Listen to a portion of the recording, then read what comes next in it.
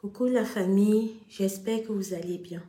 Alors, on se retrouve aujourd'hui, une fois de plus, pour une nouvelle histoire vraie et mystique HVM. L'histoire d'aujourd'hui se déroule au Nigeria. Alors, avant de commencer cette histoire, je tenais à titre de rappel à vous dire que l'habit ne fait pas le moine, que les réseaux sociaux qui ont été créés là, avant, c'était pour qu'on puisse s'informer. Avant, c'était pour que si ce que tu as ta personne que tu n'arrives pas à joindre ou bien qui est tellement loin de toi, ou je ne sais pas où, que vous puissiez communiquer facilement. Mais au jour d'aujourd'hui, la tournure dont prend les réseaux sociaux, ça fait peur.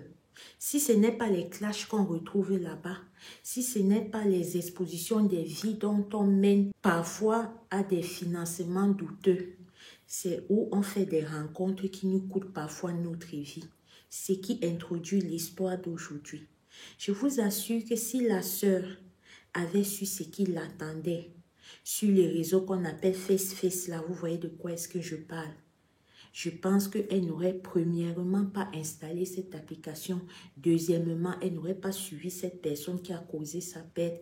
Et troisièmement, elle n'aurait même pas accepté d'accorder une petite ouverture. Ce sont les blablabla, allons-y dans le vif du sujet.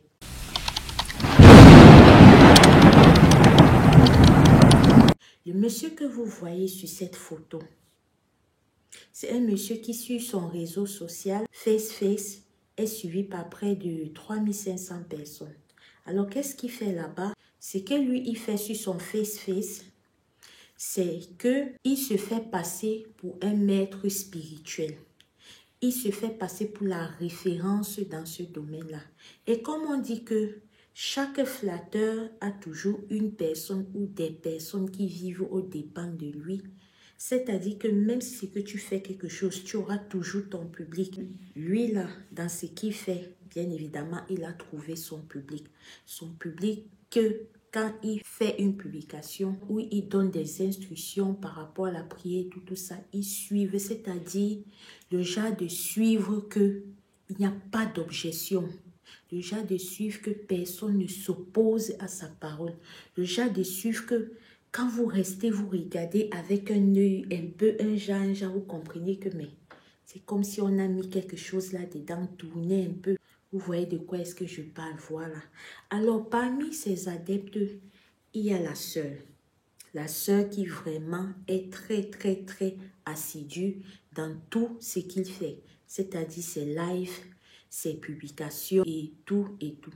Le monsieur est resté, il a sans doute constaté que la sœur était vraiment très active sur ses réseaux. Donc quand il faisait n'importe quoi, elle était parmi les premières personnes à liker, à commenter et tout ça. Bref, elle était vraiment active sur la plateforme du monsieur.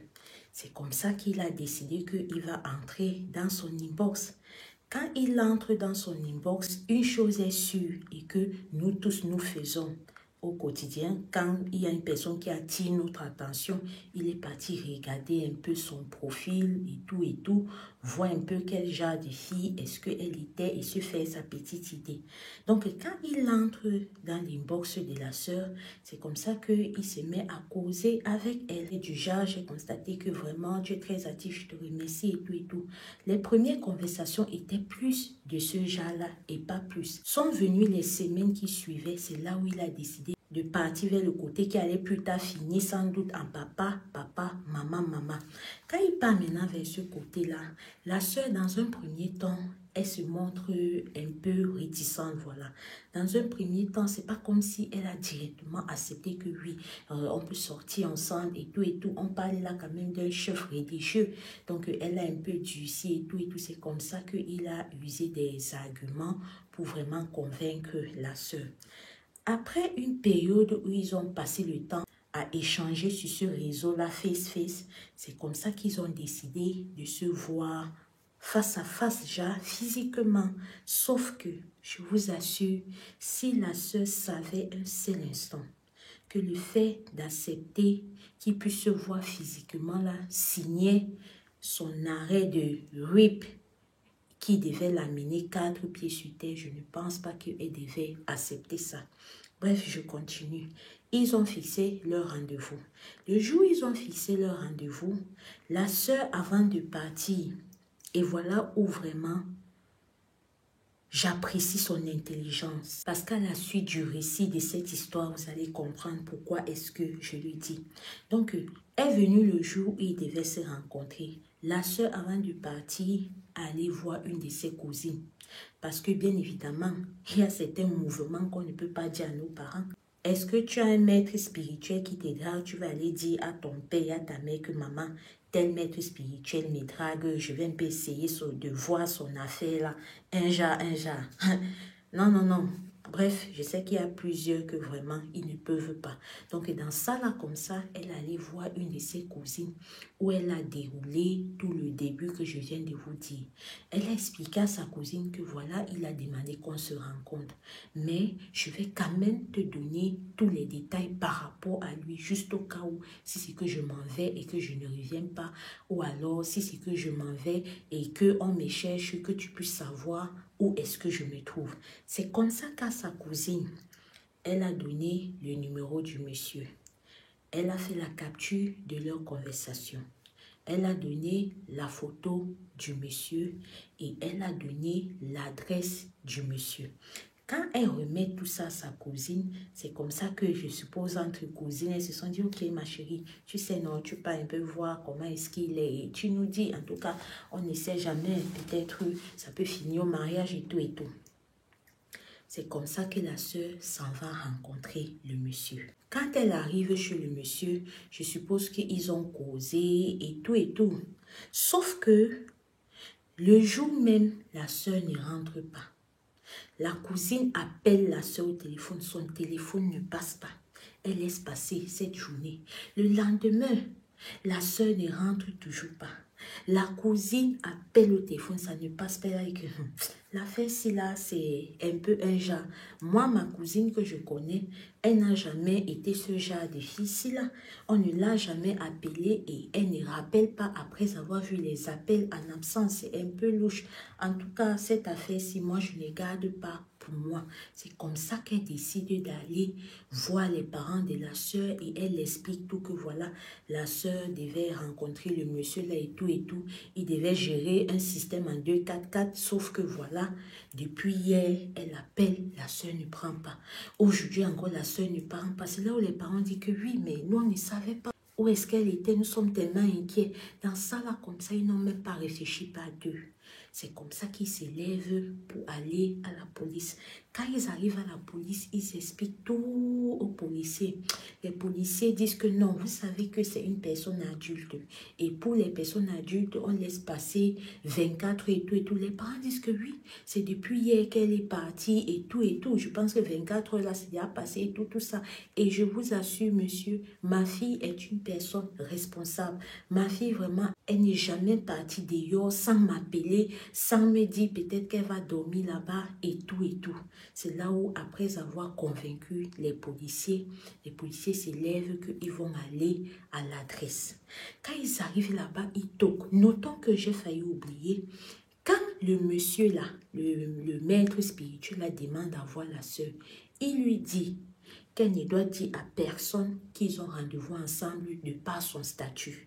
Qu'elle ne doit dire à personne qu'elle vient chez lui. Donc, vu qu'ils sont encore au début, ils peuvent gérer ensemble comme ça. C'est avec le temps, voilà, si ce qu'il y a affinité entre eux, qu'ils pourront commencer à dire à leurs proches, mais que vraiment, pour cette fois-ci, ils n'aimeraient pas qu'elle dise à quelqu'un où elle part.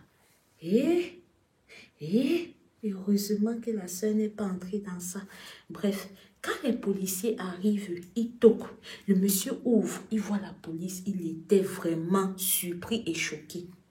De par sa réaction, les policiers qui étaient des enquêteurs de haute renommée, ils ont compris que le monsieur s'il doit cacher quelque chose. C'est comme ça qu'ils ouvrent la porte. Vous connaissez nos policiers en Afrique, non? Tac, tac, tac. Ils ouvrent la porte. Ils se mettent à fouiller. Ils fouillent, ils fouillent, ils fouillent. Après, ils voient une chambre au coin là-bas. Ils veulent partir ouvrir la chambre, c'est fermé. C'est comme ça qu'ils appellent le monsieur qui venait ouvrir la porte là. Je vous assure que La sueur qui était sur le monsieur là, non. Tu n'as pas besoin d'être un enquêteur pour comprendre qu'il avait quelque chose à se reprocher. C'est comme ça que sur la pression des policiers, il ouvre la porte là. Seigneur Jésus. La famille, quand il ouvre la porte là, il y a une vaste table comme ça là. Sur la table là, il y a le liquide rouge là. C'est là-bas. Il y a les seaux qui sont à côté de cette table là. Bref, la chambre elle était remplie seulement des seaux. Quand on regarde, on voit ceci de la sœur. On regarde l'autre là, on voit ceci de la sœur. On regarde l'autre là, on voit son en bas là-bas de la sœur. C'est-à-dire que la sœur était dans tous les seaux là. Et, mon Dieu, c'est comme ça qu'on décide d'inspecter d'autres seaux. On voit d'autres gens là-bas, d'autres filles, un jas, juste des filles, un jas. Quand on voit des filles, un jas, c'est comme ça que les policiers décident de lui faire parler. Le monsieur commence à dire que voilà, la vie était tellement difficile pour lui. Il a regardé à gauche, il a regardé à droite, il a vu que ce qui marche maintenant là, c'est d'ouvrir sa part d'endroits spirituels, voilà, pour que les gens viennent prier et tout et tout. Et par là, il peut avoir l'argent des quêtes et tout ça et tout ce qui va avec. Dans ça là, comme ça, il est parti quelque part. Et dans son quelque part là, on lui a dit que si ce que tu veux avoir la visibilité, si ce que tu veux avoir le pouvoir sur les gens, si ce que tu veux avoir le pouvoir de la persuasion, il faudrait que chaque mois, une fille, tout ça là, tu déposes dans les seaux. Et quand tu mets ça dans les seaux là, tu dois manger ça jusqu'à la dernière os. Les gens font les choses ici dehors. Donc ça, c'est ce qu'on a demandé aux frères pour que les gens puissent affluer dans son affaire. Pour que les gens, quand ils entrent dans son affaire, c'est comme si on a lavé seulement la partie ici là. Donc apparemment, la sœur n'était pas la première. Parce que au vu de tous les seaux qu'on a trouvés dans sa chambre là, c'était vraiment un chef des chefs. Donc, après ça, maintenant, c'est comme ça que la police l'a amené et tout et tout. Alors là, c'était la petite histoire de cette sœur-ci là et de ce monsieur. Vous savez, comme je vous ai dit tantôt, quand on suit parfaitement le récit de cette histoire-ci, on s'en rend compte qu'elle est donné tous les détails de sa rencontre avec ce monsieur à sa cousine. Parce que si vous vous rappelez, le monsieur a demandé qu'elle ne dise à personne qui devait se rencontrer. Le monsieur a demandé que vraiment que le premier tour, là, ça soit entre eux deux. Donc, ça veut dire que si la sœur n'avait pas eu l'intelligence d'informer au moins une personne où elle partait, avec qui elle partait et les preuves matérielles de leur conversation, elle se serait volatilisée comme le reste des filles. Et il aurait continué dans son mouvement. On peut faire ça. Tu vas chercher quelque chose, tu comptes sur les autres pour pouvoir entretenir ce que tu as cherché. Que cette histoire nous serve de leçon. Même si on part rencontrer une personne qu'on a l'habitude de rencontrer, ça ne coûte rien de faire comme la sœur. Voilà pourquoi il faut partager cette vidéo au maximum. Partagez-la. Que nos enfants, nos frères, nos soeurs, même nos mamans puissent savoir avoir le réflexe que quand elles partent quelque part, même si c'est un endroit où elles ont l'habitude de partir, elles disent où elles partent avec les petits détails comme ça là. Ah, mon Dieu, ça m'a fait mal jusqu'à. Alors, si vous aussi, vous avez une histoire vraie et ou mystique que vous voulez partager avec nous, je vous en prie, écrivez-moi sur notre numéro WhatsApp et là-bas, on va définir ensemble comment est-ce qu'on va procéder. Ne garde pas une histoire pour toi en te disant que, ah, l'histoire, c'est là, ce n'est même pas grand-chose et ça ne peut rien faire. C'est que tu juges que ce n'est pas grand-chose là. Ça peut arriver dans la vie de quelqu'un que vraiment à l'instant T là, c'est ton histoire là qui lui repousse. À l'instant T là, c'est ton histoire qui l'empêche de faire certaines choses. Donc ne juge pas parce que toi-même, quand quelque chose t'arrive là, tu ne peux pas connaître l'ampleur que ça. L'ampleur que ça peut avoir sur la vie des gens. Alors confiez-nous vos histoires. Et s'il vous plaît, quand les gens confient leurs histoires, je vous en prie, si vous les regardez, c'est parce que ça vous intéresse. Likez au moins un like. Si vous avez le temps, un commentaire, ça suit. N'oubliez pas d'activer votre cloche de notification pour ne rater aucune de nos publications futures parce que, comme j'ai l'habitude de le dire, si la vidéo d'aujourd'hui ne t'apprend rien, celle de demain va t'apprendre quelque chose. Et si à toi, ça ne t'apprend pas, partage, ça peut aider quelqu'un. Parfois, Dieu peut vous utiliser pour sauver certaines personnes. Alors, en fonction de où est-ce que vous m'écoutez, je vous dis un bonjour ou un bonsoir selon votre fuseau horaire. Et je ne cesserai jamais de vous rappeler de prier sans cesse, d'être prudent parce que le dehors est miné. Au revoir la famille, prenez soin de vous, c'est très important. Et chériez vos proches tant qu'il est encore temps. Bye bye. Coucou la famille, j'espère que vous allez bien. Je vous passe mon bonjour ou mon bonsoir en fonction de votre fuseau horaire. Je reviens aujourd'hui avec une nouvelle histoire vraie et mystique HVM. L'histoire m'a été confiée par un frère du côté du Bénin qui m'a fait comprendre comment est-ce que son compte Facebook a détruit sa destinée. Comment est-ce que, à cause de son compte Facebook, au jour d'aujourd'hui, rien ne va plus pour lui parce qu'il a fait la connaissance d'une revenante sur ce réseau social-là. Ce sont les blablabla, je vous explique l'histoire du frère.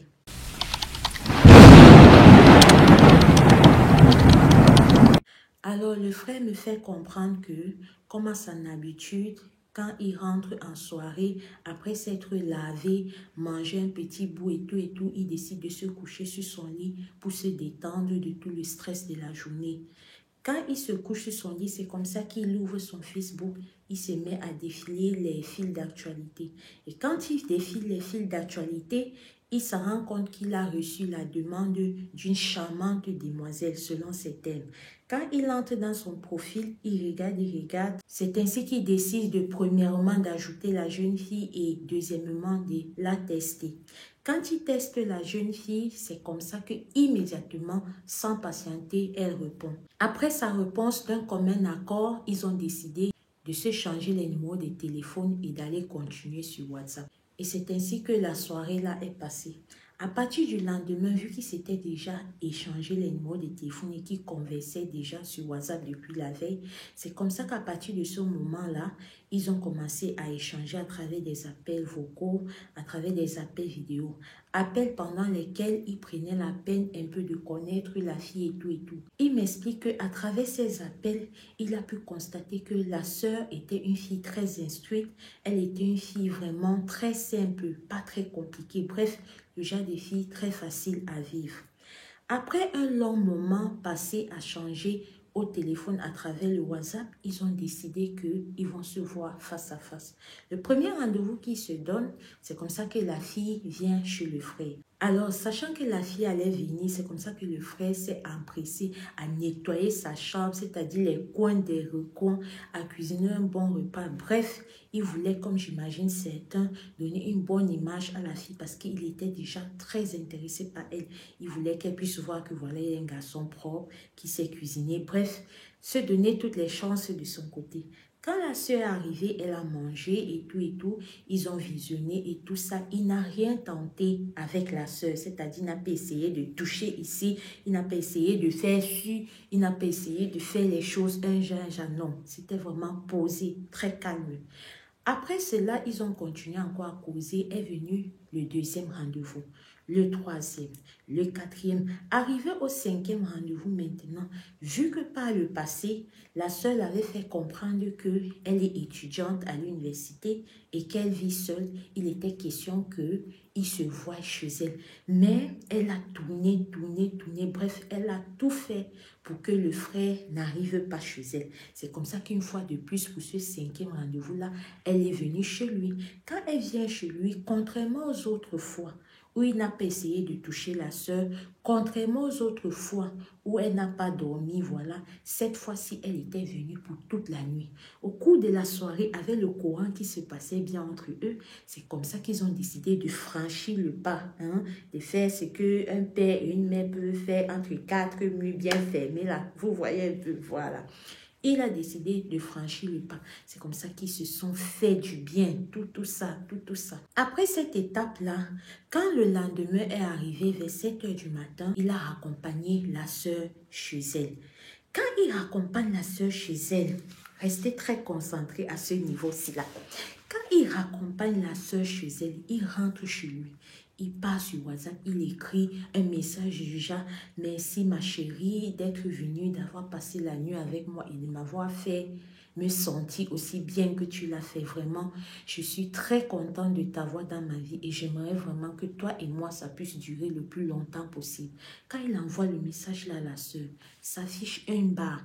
Le frère m'explique que depuis là jusqu'à aujourd'hui, dans son WhatsApp, le message qu'il a envoyé à la sœur affiche une barre. Donc, ça n'a pas mis genre 2 barres. Ne disons même pas 2 barres bleues parce qu'il y a certains qui bloquent la visibilité. Donc, pour savoir de nos jours que les messages sont partis sur WhatsApp, c'est 2 barres. Voilà.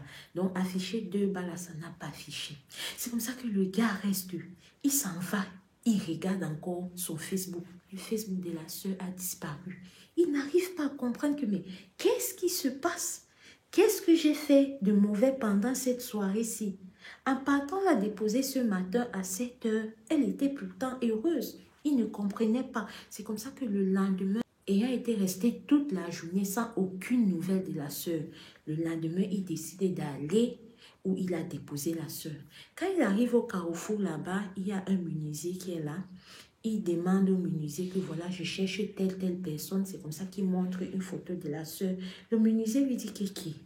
Vous êtes sûr que c'est la fille-ci avec qui vous étiez, telle que vous me racontez et tout et tout? Il dit au menuisier que oui, monsieur, c'est elle. Le menuisier lui dit que à ça, s'il s'agit de la fille-ci, c'est une fille qui est déjà décédée. Elle est décédée il y a 2 ans par un accident de voiture. Et ses parents sont allés l'enterrer. Et je suis même la personne qui a fait son séqueux. Donc si c'est elle là, sache que c'est une fille qui a décédé. Le frère m'explique que le choc qu'il a reçu à l'instant là, il n'en revenait pas. Il demande au monsieur Coquet, s'il vous plaît, est-ce que vous pourriez me conduire à la maison de ses parents pour que je puisse en savoir plus et tout et tout. Le menuisier lui dit que je suis désolée mon fils, mais après le décès de leur fille, ils ont déménagé, ça fait déjà plus d'1 an et je n'ai pas leur nouvelle adresse où est-ce qu'ils se trouvent présentement. C'est comme ça que face au dit du monsieur, le frère est rentré. Il est resté ça là, turipiné. C'est comme ça qu'il décide d'en parler à un grand à lui. Donc, quand il se retrouve avec le grand à lui, il explique un peu, voilà toute la situation que je viens de vous expliquer. C'est là où le grand lui dit que sincèrement, ton histoire, si là, c'est pas bien. Ça ne sent pas bon. Essaye d'aller chez un pasteur pour essayer d'en parler. Et on voit comment on va prier sur toi parce qu'il est clair que là, tu as eu des relations intimes avec une revenante. C'est là qu'il fait comprendre au grand frère que ma religion ne me permet pas d'aller voir un pasteur, mais je vais aller voir plutôt un père spirituel de ma religion. Quand il part chez un père spirituel de sa religion, il lui fait comprendre que voilà, pendant qu'il parle avec le père, là, il voit comment le frère en genoux quelque part devant une fille, en te lui demandant que je t'en prie, remets-moi ce que tu m'as pris. Et que quand il regarde, il voit que c'est lui. Que face à cette décision qu'il a eue, il faudrait qu'il fasse certains sacrifices et cérémonies pour pouvoir enlever cette malchance-là qui est en train de lui suivre. Et notons que j'ai failli oublier, à partir du jour où la sœur s'est abonnée aux abonnés absents, la vie du frère n'allait plus. Les études n'allaient plus. Son petit magasin qu'il avait où il vendait les prêt-à-porter des secondes n'allait plus. Ses petites salles de jeu n'allaient plus. Bref, c'était comme un immeuble qui s'est effondré comme ça. Là, rien n'allait plus dans la vie du frère. Donc, revenons où il était avec le maître spirituel. Le maître spirituel a dit que voilà, on doit faire telle cérémonie. Il a donné l'argent pour ça. Mais il m'explique que madame, je vous assure, même après avoir donné l'argent pour ça, jusqu'au jour d'aujourd'hui, ça ne va pas. Rien ne va pour moi. Et il me dit que je n'arrive pas à comprendre et je n'en reviens pas que j'ai rencontré une revenante sur Facebook. Je n'en reviens pas que j'ai eu des relations intimes avec une revenante sur Facebook. Il dit qu'il n'en revient pas. Il me fait comprendre que sa vie au jour d'aujourd'hui est tellement devenue difficile que par le passé, il vivait dans un salon-chambre où il payait 50 000 sans pour même aujourd'hui, même dans une chambrette où il paye 15 000 le mois, il n'arrive n'arrive pas à payer, que c'est tellement difficile chez lui. Il est déjà parti partout. On n'arrive pas à trouver une solution pour lui. Le frère a besoin d'aide. Il demande si ce qu'il y a des gens qui peuvent lui dire ce qu'il peut faire, que s'il vous plaît, écrivez en commentaire et il sera là, il va lire. Il vous demande de ne pas être très dur avec lui en commentaire parce que ce qui l'est arrivé, ça aurait pu vous arriver à vous. Ce n'était pas écrit sur le visage de la jeune demoiselle qu'elle était une revenante. Alors la famille, cette histoire nous rappelle encore à quel point au jour d'aujourd'hui, les réseaux sociaux sont devenus très dangereux pour nous. Sincèrement, si vous avez vos enfants qui sont sur les réseaux sociaux, des enfants en bas âge, si vous pouvez, mettez des applications pour pouvoir cloner leur téléphone et voir ce qu'ils font là-bas. Parce qu'au jour d'aujourd'hui, si déjà les adultes vaccinés comme le frère a pu tomber, combien de fois les adolescents? S'il vous plaît, là, c'était vraiment mon message d'aujourd'hui pour vous. Alors, j'espère que l'histoire très courte, voilà, du frère va pouvoir vous apporter une valeur ajoutée à ce que vous connaissez déjà des réseaux sociaux, à ce que vous avez déjà pu écouter qui peut se passer sur le réseau qu'on appelle Facebook, là. Ce n'est pas le premier cas. Pour ceux qui ne savent pas, hier j'ai publié une vidéo, la vidéo aussi, par rapport toujours à un cas qui s'est passé sur Facebook. L'affaire là est réelle. N'attendez pas que ça vous arrive ou bien à un de vos proches pour pouvoir sensibiliser. Partagez cette vidéo au maximum parce que vous pouvez aider, vous pouvez sauver quelqu'un qui est sur le point de commettre un truc. Mais en voyant cette vidéo, si c'est ravisse et éveille ce petit côté là en nuit, mais qu'est-ce que je m'apprête à faire? Alors, la famille, si vous aussi, vous avez une histoire vraie et ou mystique, comme le frère que vous pensez que ça peut édifier, ça peut apporter une valeur ajoutée aux gens de notre communauté et sans doute ceux qui vont nous découvrir dans le futur.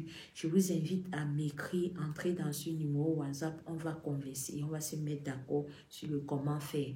Si vous aussi, vous voulez, comme le frère, je peux m'approprier votre histoire et je viens la raconter ou bien juste balancer vos audios. Sur ce, je ne cesserai jamais d'arrêter de vous dire, priez sans cesse. Soyez prudents, le dehors est miné la famille. Chériez vos proches comme si c'était la dernière fois. Parce que quand vous sortez là, vous ne savez pas si vous allez revenir. Quand vous vous couchez pour dormir là, vous ne savez pas si vous allez vous réveiller le matin. Merci et excellente soirée ou journée en fonction de où est-ce que vous m'écoutez. Bye bye. Coucou la famille, j'espère que vous allez bien. Je vous viens aujourd'hui avec une histoire mystique du jamais vu. Bref, je ne vous ai pas encore raconté le genre là sur cette chaîne.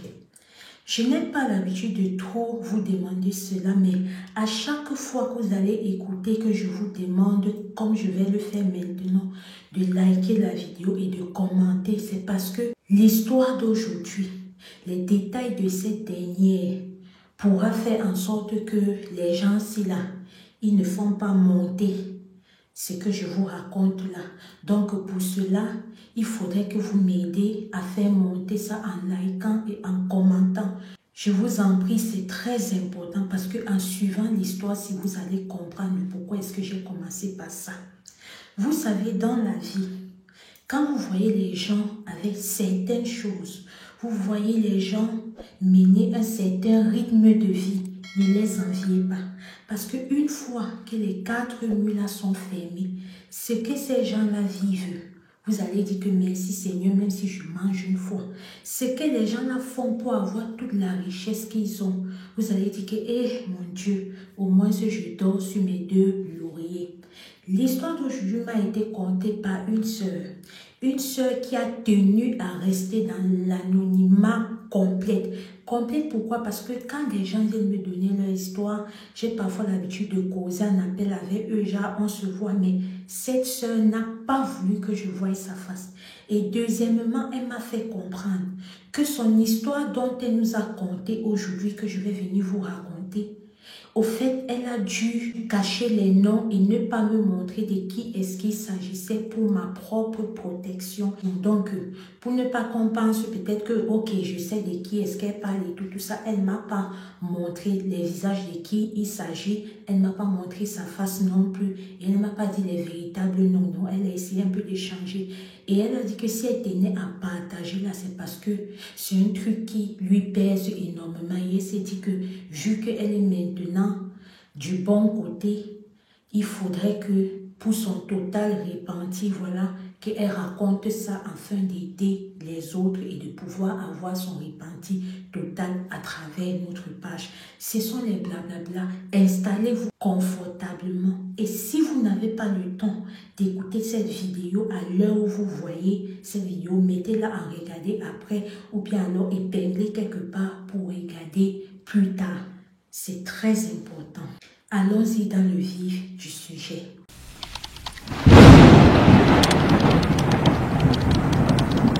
Alors, la sœur me fait comprendre que son père, dans son pays, bien évidemment qu'elle ne m'a pas donné le nom du pays pour ma protection, elle me fait comprendre que son père, dans son pays, est un homme très influent jusqu'à présent.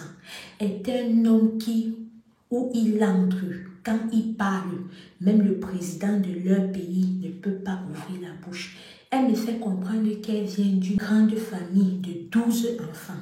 Et dans la grande famille-là, son père et sa mère se sont rencontrés quand son père n'était pas encore un homme politique, quand il n'avait pas encore tout ce pouvoir qu'il avait là. Quand il rencontre sa mère, ils ont décidé de s'étudier et tout. Il a vu que, ok, c'est elle que je veux. Et à l'époque, sa mère aussi a dit, ok, c'est lui que je veux. Sauf que tel qu'elle m'explique, de par la suite de cette histoire, si sa mère avait eu seulement un avant-goût de ce qui allait se passer, dont je vais vous raconter là, elle aurait dit que s'il te plaît, circule, traverse ta route. Comme je vous dis toujours, le si je savais ne vient jamais à l'heure. C'est comme ça que sa mère a accepté d'épouser son père. Quand elle épouse son père, ils font 1, 2, 3, 4, 5, 6, 7, 8, 9, 10, 11, 12, jusqu'à, je vous ai dit, 12 enfants. Le truc, ce qui se passe, c'est que la sœur me fait comprendre que avant d'arriver à un âge adulte, un âge de la compréhension, un âge de pouvoir comprendre ce qui est bon et ce qui est mauvais, elle ne comprenait pas pourquoi est-ce que ses oncles paternels ne venaient jamais chez eux. Elle ne comprenait pas pourquoi est-ce que eux, ils vivaient dans une abondance incroyable, pendant que tous les autres frères et sœurs et même les parents de son père vivaient dans la misère, vivaient comme on dit que les gens qui vivent pour survivre là. C'est comme ça que les parents et les frères et sœurs de son père vivaient, alors que de leur côté, son père avait, j'ai dit avait, il est toujours là, son père a extrêmement d'argent, sauvagement d'argent, le genre d'argent que quand tu regardes là, tu te demandes que c'est comment, est-ce que c'est le même argent que vous et moi nous cherchons là, vous voyez un peu le truc, voilà. Donc chaque temps, dans son âge et dans sa peau de petite fille, elle se posait toujours cette question, mais elle n'arrivait pas à comprendre le pourquoi. Elle me dit, madame, au fur et à mesure que je grandissais, je vous assure que j'aurais aimé rester dans mon innocence de l'enfance. Au fur et à mesure que la sœur grandissait, il y a des trucs qui ont commencé à attirer son attention. Le premier truc qui attire son attention, c'est qu'elle constate que à chaque fois que son père s'en va aux toilettes, lui-même, il ne peut pas tirer la chasse. À chaque fois que son père s'en va faire ses besoins, même les employés ou bien une autre personne ne peut pas tirer la chasse. La seule personne qui doit tirer la chasse quand il part aux toilettes, c'est sa mère. C'est-à-dire qu'elle m'explique que Madame Alicia, si ma mère voyage pour 1 mois, durant les 1 mois, si mon père s'en va aux toilettes pour faire ses besoins, les trucs là vont rester là-bas. Et ça va s'entasser au fur et à mesure que les jours passent, ça va s'entasser. Lui-même, il ne peut pas tirer. Quelqu'un d'autre ne peut pas tirer. De ce fait, elle est restée. Ça a commencé à tourner dans sa tête, tourner dans sa tête, tourner dans sa tête. Ça, c'était déjà le premier truc qu'elle a constaté. Au fil du temps et au fil des années, elle s'est rendue compte que Son père qui était un modèle pour eux, son père qu'ils étaient fiers que ce soit leur père, ce qui allait se passer. La sœur dit que sincèrement, que d'avoir un père comme ça, j'aurais aimé être orpheline. Que d'avoir un père comme ça, j'aurais aimé être même avec un père qui ne peut pas me donner tout ce qu'il nous donne là, mais dont nous vivons sur des conditions de jour comme de nuit, sans période de répit. La sœur me dit que la deuxième chose qui était flagrante, le genre de flagrance que quand tu restes comme ça, tu te pinces un peu, tu fais aïe, tu te dis peut-être que tu dormais, c'est là où tu te rends compte que non. Le sommeil là, ce n'est pas du sommeil qu'il s'agit, tu es bien et belle éveillée. C'est que tu vois là, c'est ce qui est en train de se passer. Donc le deuxième truc qui fait que la sœur vraiment, elle part encore dans un autre niveau de réflexion. Elle m'explique qu'un jour, ils étaient à la maison. Déjà, avant même de venir à ce jour-là, elle m'explique qu'elle avait constaté, ses frères et elle, que son père se dédoublait dans la maison. C'est-à-dire que tu peux être ici, elle parle avec son père, elle part peut-être dans la chambre. En étant dans la chambre, elle croise un de ses frères qui est en train de venir du couloir, qui est peut-être fâché. Elle demande au frère que, mais pourquoi est-ce que tu es fâché? Qu'est-ce qui se passe? Le frère l'explique que j'étais là-bas, peut-être à la terrasse avec papa, il me réprimande, si, ça. C'est là où elle dit que, mais tu es à la terrasse comment avec papa? Moi-même, je viens de sortir du salon où j'étais avec papa. Donc, elle me fait comprendre que chaque temps, il y avait cette petite truc-là. Chaque temps, il y avait cette petite truc-là.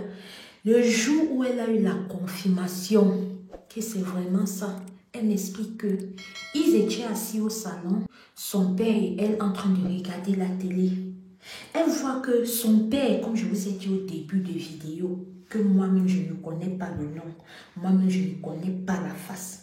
Je vous ai dit qu'elle ne m'a pas parlé du nom, elle ne m'a pas montré sa face, même sa propre face à elle. Si je sors en route, je vois la sœur de l'histoire, si je ne vais même pas savoir que c'est elle, donc pardon. Traverser haut. Donc comme je vous disais là, elle me fait comprendre que où ça a encore fait un tic-tac dans sa tête. C'est qu'un soir, elle est assise au salon avec son père, en train de regarder le journal. Elle se rend compte que son père qui est assis là, à côté d'elle et en même temps à la télé, on est en train de l'interviewer parce qu'il est parti en mission pour intervenir quelque part et on l'interviewe par rapport à ça. Elle dit qu'elle regarde son père, elle regarde là-bas. Elle regarde son père aussi la regarde. Vous voyez le genre de regard qui te fait comprendre que tu veux dire quoi? Tu n'as pas vu quoi? Tu ne comprends pas quoi? Donc le genre de regard que on te met KO une fois, on bloque toutes tes questions dans ta bouche. Donc on cale tes questions à la genèse même avant que ça ne prenne face, avant que ça ne prenne position, avant que ça ne prenne forme. On te bloque. La sœur dit qu'après cette étape-ci là, elle est restée vraiment, ça n'allait plus. Ça n'allait plus, c'est là où elle commence maintenant à regarder un peu que est-ce que ce n'est pas peut-être pour ça que la famille de mon père ne vient pas chez nous. Notons que quand elle avait l'occasion, les rares fois qu'elle avait l'occasion de croiser même ses oncles en route, ils fuyaient. Il fuyait en disant qu'elle est une bande de sorciers. Vous là, ce que vous faites, un jour, ça va vous rattraper. Un jour, ça va vous rattraper. Elle me dit que, madame, par la suite encore, je vais vous dire le pourquoi est-ce que le monsieur disait ça. Hey! J'ai dit que l'histoire, c'est là. J'ai reçu les audios comme ça. Quand j'ai regardé les audios, là, c'était près d'une cinquantaine. J'ai demandé à la soeur que, maman, ton histoire, c'est je raconte ça ou bien je poste tes audios. En demandant ça, je vous dis la vérité. Cher frère Beta, je me confesse, c'est que c'était tellement long. 50 audios de minimum 20 minutes chacune. Je me disais que maman, je vais retenir tout ça comment? Mais le Seigneur m'a donné la force de retenir ce qui est à retenir et de vous transmettre ce qui sera vraiment à transmettre. Donc, comme je disais, elle me dit que c'est plus tard qu'elle a compris le pourquoi est-ce que son oncle avait dit ça. Elle est restée, elle a continué à faire sa vie, voilà, aller à l'école, rentrer à la maison, tout en étant dans un air, un genre. Mais vu que le doute avait déjà été sémé dans sa tête, c'est comme ça qu'un jour, elle décide, son petit frère et elle, d'aller un peu inspecter la chambre des parents. Notons que la chambre des parents, ça fait partie d'un coin, parce qu'il y avait plusieurs coins chez eux qu'il ne fallait même pas s'hasarder d'aller là-bas. La chambre de leurs parents faisait partie de un de ces coins-là. C'est-à-dire que les seules personnes qui avaient accès à cette chambre-là étaient son père et sa mère. Elle dit que face à tout ce que je viens de vous relater en avant là, elle a dit que non, il y a quelque chose. Il y a quelque chose. C'est comme ça que son frère et elle, ils décident d'entrer dans la chambre des parents pour regarder un peu un genre. Elle me dit qu'ils ont commencé à fouiller. Ils fouillent. Pendant qu'ils sont en train de fouiller, c'est son frère qui lui dit que on a fouillé partout là. Regardons un peu en bas du lit. Seigneur, quand vous voyez les gens ici dehors, avec une certaine sorte de voiture, un certain style de vie, ne les enviez pas. Le Seigneur ne vous a pas oublié, sauf que ceux-là, ce n'est pas le Seigneur qui leur a donné. Ils sont allés chercher par eux-mêmes. J'ai dit, l'histoire, c'est asseyez-vous. Je ne suis que au tournant, le vrai virage arrive. Donc, comme je vous dis, c'est là où il décide d'aller regarder en bas du lit. Quand il regarde en bas du lit, elle m'explique que du côté du chevet du lit de son père, en bas du lit, il y avait une bassine là-bas qui sentait. Mais le senti, le genre que tu connais que quand tu whippes là, quand on n'arrange pas vite ton corps, le genre d'odeur là, c'est comme ça que son frère et elle, ils décident de tirer. Ils voient que dans la bassine là, il y a plusieurs nouveaux baies. Quand je dis baies, vous comprenez, pardon. Il y a plusieurs nouveaux baies en décombre. Quand je dis décombre, vous comprenez aussi. Il y a plusieurs nouveaux baies en décombre là-bas en bas du lit. Qu'ils ont sauté, que Seigneur, ils se retournent, ils partent du côté de leur mère, ils voient comme une sorte de bouteille avec quelque chose dedans. Elle dit que c'est plus tard qu'elle a compris ce que c'était. Au fait, je ne vais pas trop vous déranger, hein, je vous dis là, de quoi est-ce qu'il était. Ce qui était dans la bouteille là, c'était un truc qui était destiné à faire en sorte que sa mère ne s'éveille pas. Donc le genre qu'elle est debout, mais comme quoi? Au fait, comme une patate en fait. Elle est debout, mais elle est juste debout. Genre que sa réflexion, son sens de réfléchir et tout ce que vous pouvez imaginer n'est plus là. C'est ailleurs. Parce que si c'est qu'elle était encore comme vous et moi, je pense que l'odeur là, quand tu entres même seulement, tu pouvais humer. Mais vu qu'elle dormait là, du 1er au 31, elle n'humait pas ça là. Ça veut dire que c'est à ça qu'était destiné le truc là. Donc on revient au frère et à la soeur. Quand ils voient ça comme ça, qu'ils décident de sortir, ils réfléchissent qu'on va faire, comment on va faire, comment. Ce qu'ils ne savent pas, c'est que leur père là n'est pas petit papa. Leur père, depuis le bureau là-bas, il avait su qu'ils avaient vu. C'est comme ça que quand il est rentré, hey! La soeur dit que madame, je ne vais pas entrer dans les détails. Je ne vais pas vous dire ce qu'il nous a fait. Parce que si je vous dis même ça et que vous racontez, s'il écoute même l'histoire, si par méga, il va savoir que c'est lui. Donc, laissons la partie là. J'ai dit ok ma chérie, je ne vais pas insister. Tu connais mieux ta personne que moi. C'est comme ça qu'on est passé. La soeur me dit qu'elle était dans la maison. À partir de ce moment-là, elle a commencé à réfléchir. Qu'est-ce que je peux faire? Je suis où là? Qu'est-ce que je peux faire? Et entre-temps, sur les 12 enfants qu'ils avaient, 2 étaient déjà partis. Quand je dis partis, là, vous comprenez. 2 étaient déjà partis. Ils restaient maintenant dans la maison là à 10. La sœur m'explique que le jour où il y a eu le premier terminator, c'est quand un soir, elle part pour se coucher dans sa chambre. Son père vient lui faire une proposition indécente. Mais avant ça, elle me dit qu'elle a constaté que quand elle a passé l'âge de sa puberté, son père a commencé à la regarder un genre. Le genre de regard que, au fond de toi, tu sais que ça, ce n'est pas le regard d'un père et d'une fille. Le genre de regard qu'au fond de toi, tu ressens qu'il te désire. Le genre de regard qu'au fond de toi, tu sens que si tu perds ta route, il te met ton dos au sol. Vous voyez un peu, ok. La sœur me fait comprendre qu'un soir, pendant qu'elle est dans sa chambre, lumière éteinte et tout, elle avait du mal à trouver le sommeil. Mais elle était couchée, les yeux ouverts, le dos retourné, du genre, voilà la porte d'entrée. Elle regardait ici la porte d'entrée là. Elle comprend un petit bruit, tac, tac, tac, tac, comment quelqu'un vient entrer dans sa chambre. Elle restait se demandant que, mais mon Dieu, ça peut être qui? Vu que son père avait toujours un parfum à lui qu'il utilisait, de par le parfum, la sœur a compris que c'est son père. Donc, elle était là couchée sur le lit, elle comprend comment les pas ne font que s'avancer, les pas ne font que s'avancer. Ça se couche derrière elle. Et tel que c'est couché derrière elle, elle ressent qu'il n'y a pas d'habit, il n'y a rien.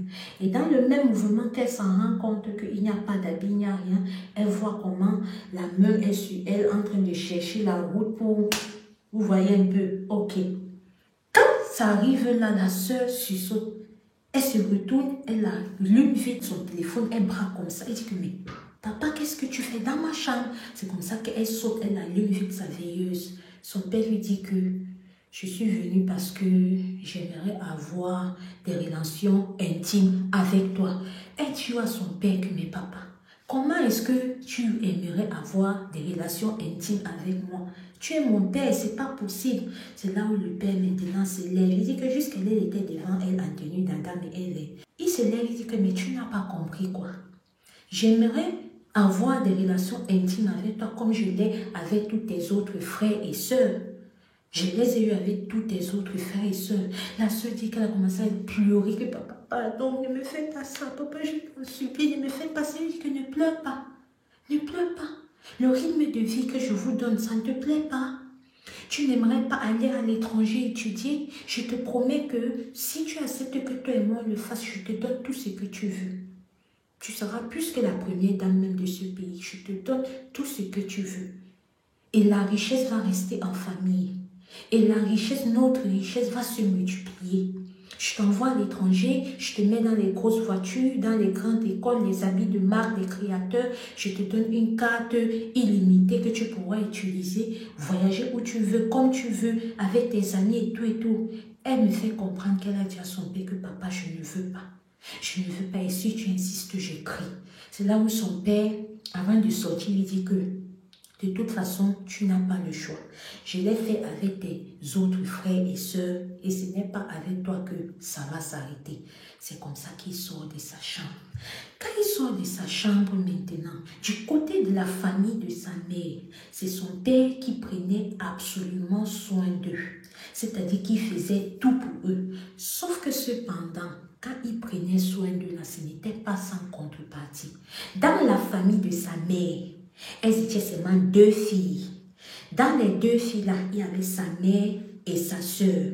Sa sœur avait fait 4 filles aussi. C'est comme ça que son père a pris la petite sœur de sa mère, a pris sa première fille, donc la première fille de la petite sœur de sa mère, la deuxième, la troisième.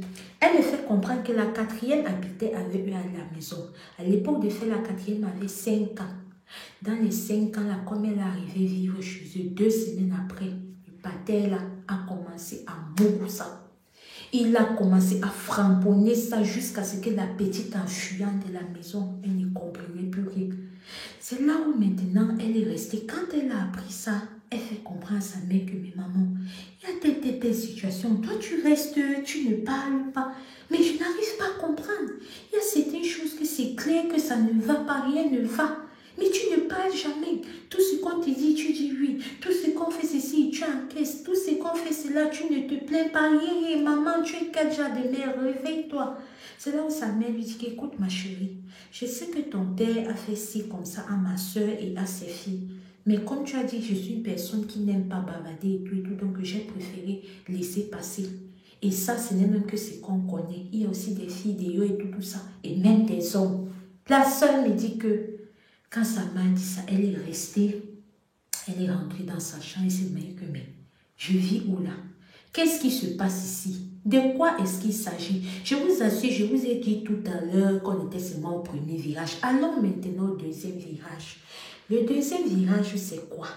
C'est que son père, Étant un grand homme politique dans son pays qu'elle ne m'a pas mentionné, je répète, je ne connais pas le nom de son pays. Je ne connais pas sa face. Je ne connais la face des personnes, des gens que je suis en train de parler dans cette histoire. Je ne connais pas. Sa photo même n'a pas de profil. Je ne connais pas. Donc, comme je vous disais, le deuxième virage, restez connectés. Il y a plusieurs virages rocambolesques. Le deuxième virage, c'est que son père, pour maintenir sa place dans le gouvernement, son père, pour maintenir ce pouvoir-là qu'il a, même que quand il parle, même le président de la République de son pays ne peut pas ouvrir sa bouche. Vous savez ce qu'il faisait?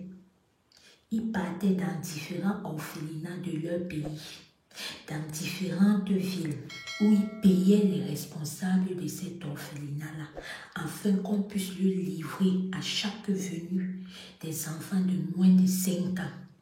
Enfants auxquels, dans son bureau, il avait des relations intimes avec eux. Et comme la contrepartie était l'argent qu'il versait aux dirigeants de ces orphelinats-là, ça restait étouffé. Personne n'a jamais parlé de ça jusqu'à aujourd'hui. Elle dit que jusqu'à aujourd'hui, il fait toujours ça. Et personne n'a jamais parlé de ça. Ça ne s'est même jamais échappé, même une fois avant qu'on essaye d'étouffer la fumée. Rien.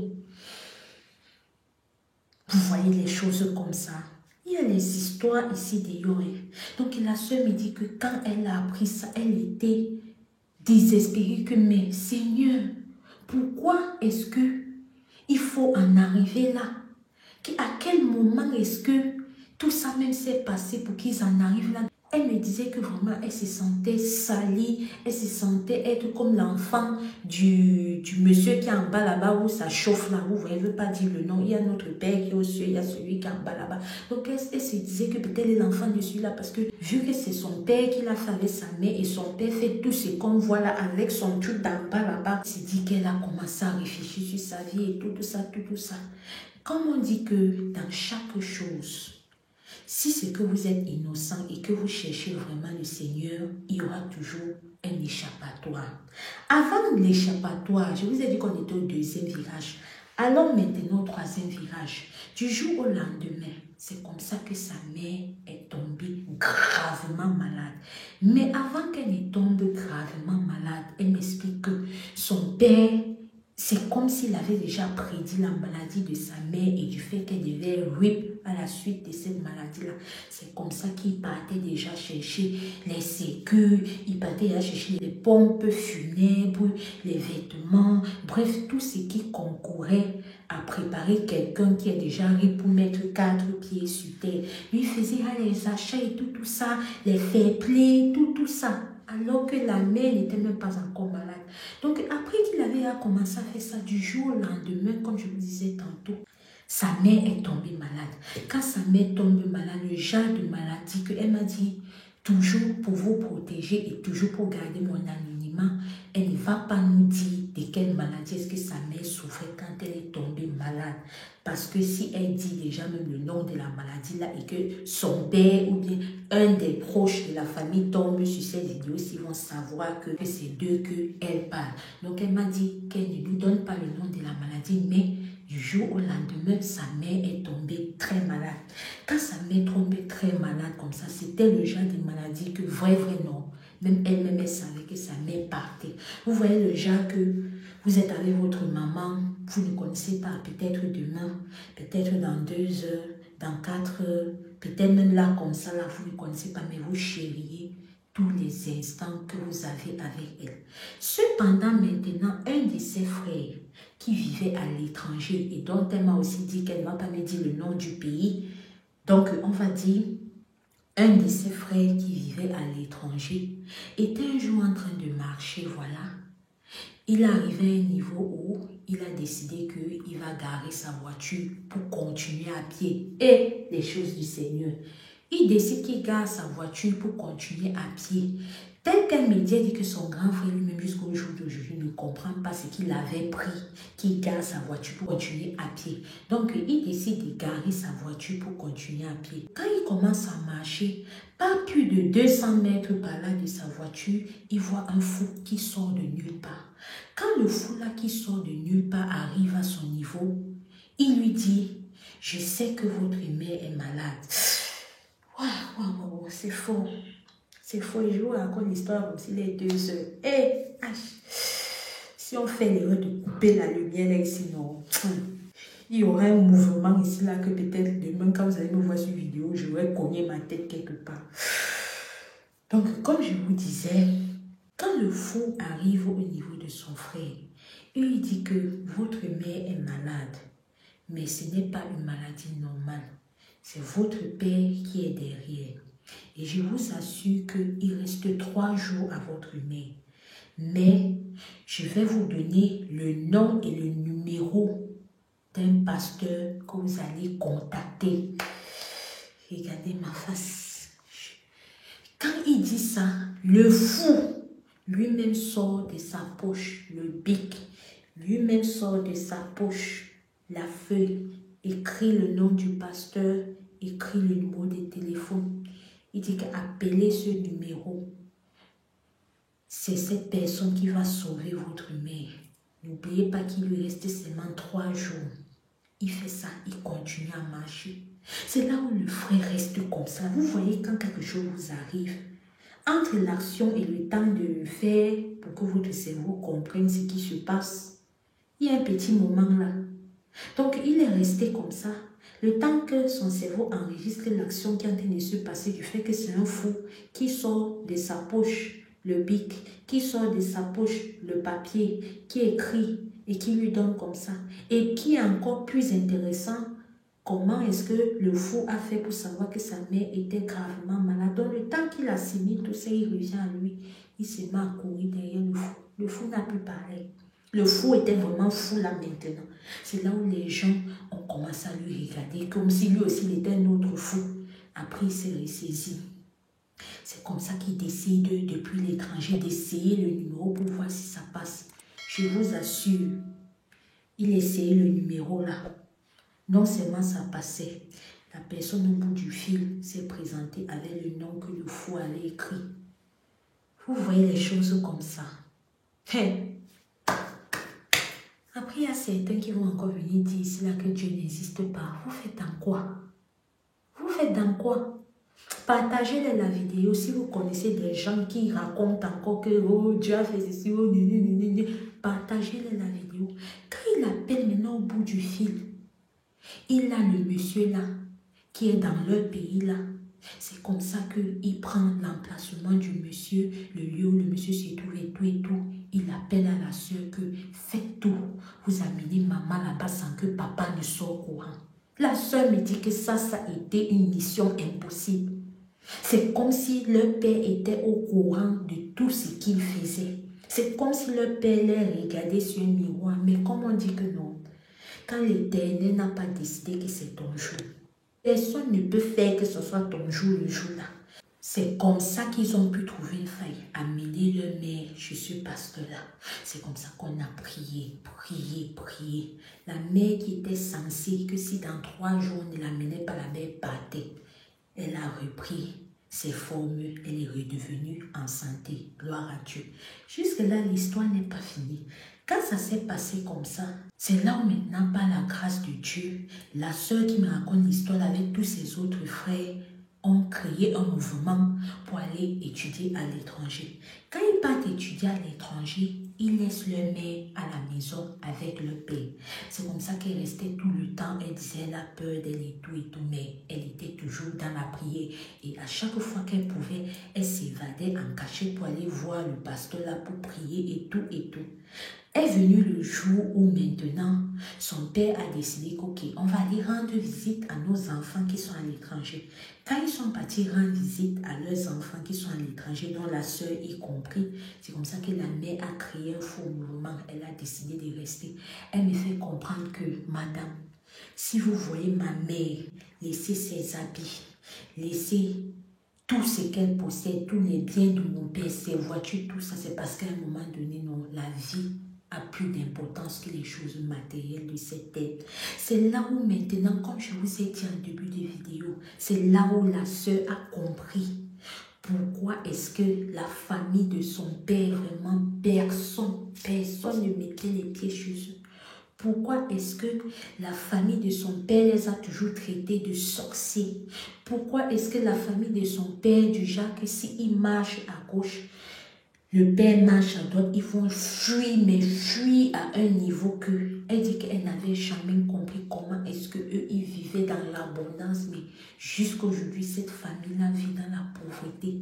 Le dernier virage maintenant, c'est qu'un jour, pendant qu'elle est à l'étranger, un des petits frères de son père l'appelle, lui dit que vraiment je suis désolée de tout ce que vous avez dû vivre. Je suis désolée du fait qu'on vous a toujours jugé en croyant que vous faites partie de ce que votre père faisait. Parce que nous, on sait toutes les pratiques qu'il faisait dehors. On sait tout ce qu'il faisait dehors comme rituel et tout et tout. On s'est dit que forcément, s'il fait ça dehors, il doit le faire avec vous à la mesure que vous connaissez ce qui se passe. Vous êtes consentant, personne ne le dénonce. Voilà la raison pour laquelle on s'est éloigné de votre père. Et une autre raison qui est très primordiale, c'est que votre père, pour avoir tout ce qu'il a là, non seulement il fait tout ce qu'il fait, mais il a pris toutes nos destinées à nous. Il a volé toutes nos étoiles. Au jour d'aujourd'hui, même si on fait quoi, on ne sera plus rien parce qu'il a déjà récupéré tout ça. Mais nous sommes contents que vous connaissez le Seigneur à présent et que vous connaissez tout ce qui se passe. Oui, parce que comme je vous ai dit, la mère de la sœur, quand elle s'échappait pour aller prier avec le pasteur, quand elle pouvait s'échapper pour aller prier avec le pasteur, sauf qu'un jour, elle se rend compte que l'église dans laquelle elle s'échappe, quand elle peut pas aller prier avec le pasteur, parce qu'elle ne participait pas au culte. Donc, elle est partie seulement en prière privée avec le pasteur. Donc, un jour comme ça, là, elle est partie juste à la fin du culte dans le bureau du pasteur. C'est comme ça qu'en partant, elle est tombée sur le frère du père. Et le frère du père, là, était comme ça, le bras droit du pasteur. Donc, c'est comme ça qu'il a été mis dans la confidence et tout et tout. C'est là où maintenant, il a décidé de reprendre contact avec elle et ses sœurs. Aussi, la sœur me fait comprendre que parfois, ils étaient dans la maison comme ça, là. Ils sentent comment la maison est en train de brûler. Mais quand ils regardent, il n'y a pas de feu. Mais le genre que ça brûle et que c'était comme ça tout le temps. Et que les soirs de pleine lune, alors non, c'était le Terminator. Et Adama, elle me dit que vraiment, madame, je pense que tous ceux qui ont passé le temps à nous juger n'ont pas compris que nous-mêmes, nous étions et nous sommes toujours les victimes de notre Père. Mais vraiment, on a pu trouver la voie du Seigneur et chaque jour ne se passe même pas un jour sans que nous ne prions et disons merci au Seigneur. C'est vrai, au cours de cette aventure, on a perdu 2 de nos sœurs, mais au moins nous sommes là. C'est vrai, mes autres frères et sœurs ont des séquelles de ça parce que notons que la sœur est la seule avec qui son père n'a pas eu de relation intime. Donc, vraiment, elle est reconnaissante à l'Éternel pour ça. Et c'est là où elle m'explique que c'est la raison pour laquelle elle tenait à partager son histoire aujourd'hui avec nous. La raison pour laquelle elle tenait à attirer les consciences des gens sur ce qui se passe ici au dehors. De ne pas être frustré par les hommes riches que vous voyez dans les voitures là. Et notons que j'ai failli oublier. Son père, c'est comme ça qu'il a trouvé le travail à certains oncles éloignés, cousins éloignés de sa mère, mais qui il a introduit dans ces pratiques-là. Vous voyez un peu les choses comme ça. Donc si tu marches en route, tu vois les gens dans les grosses voitures, là, regarde-les seulement comme ça, tu leur dis que vous n'êtes même pas heureux. Parce que c'est de ça qu'il s'agit. On ne dit pas que tous ceux qui sont dans les voitures là sont comme ça, mais la majorité maintenant là, ils sont comme ça. Donc là, c'était l'histoire de la sœur. Vous pouvez lui montrer votre reconnaissance, lui dire merci du fait qu'elle ait partagé cette expérience malgré tous les risques que cela peut amener, peuvent également lui coûter à partager son expérience dans les détails comme ça avec nous vraiment. Montrez-lui votre reconnaissance avec un like, un commentaire. Si toi aussi tu es intéressé par ce genre d'histoire et que tu nous regardes sans être abonné, ça ne te coûte rien. Abonne-toi, like et partage quand tu peux, sincèrement. C'est aussi votre manière de m'encourager parce que plus je vois vos likes, plus je vois vos commentaires, je comprends que vous aimez bien ce que je fais. Je comprends que vous aimez bien notre chaîne de sensibilisation, notre chaîne d'éducation et notre chaîne d'information. Et quand c'est comme ça me motive parce que je vous explique encore l'histoire de la société, au moins c'est 50 audios avec des voix de plus de 20 minutes. Et tout ça, je dois mettre ça dans ma tête. Si moi-même je suis mariée, mère d'enfants, je dois gérer mon quotidien, tout ça et retenir les histoires pour venir vous donner. Donc, pardon, encouragez-moi un like, un partage, un abonnement et si possible un commentaire. Je ne cesserai sur ces chaînes de vous dire que parfois on peut être là, on juge les gens. Parfois on peut être là, on parle d'une certaine manière des gens. Alors que nous ne connaissons pas ce qu'ils vivent au quotidien. Il y a certains là que quand on les regarde, ils ont l'air d'être heureux, mais ils ne sont pas heureux. Il y a certains enfants qui se retrouvent dans certaines familles aujourd'hui que si elles avaient la possibilité de changer cette famille-là, elles l'auraient fait. Mais nous, sur une vie extérieure, on va les regarder, les envier que, ouf, la petite vit sa vie, parce que tout le temps, elle part en congé en héros, tout le temps, elle est dans les grosses voitures, elle a les derniers téléphones, les derniers habits. Donc, et pourtant, c'est un peu le genre là. Alors, comme de coutume, vous connaissez déjà, je vous demande toujours d'être prudent, de prier sans cesse parce que le dehors est miné. Quant à moi, je vous dis un bonjour ou un bonsoir en fonction du fuseau horaire auquel vous me regardez. On se dit à la prochaine pour une prochaine histoire vraie et mystique HVM. Bye bye. Merci pour tous ceux qui partagent, merci pour tous ceux qui like, merci pour tous ceux qui commentent. Vous êtes des amours. Au revoir.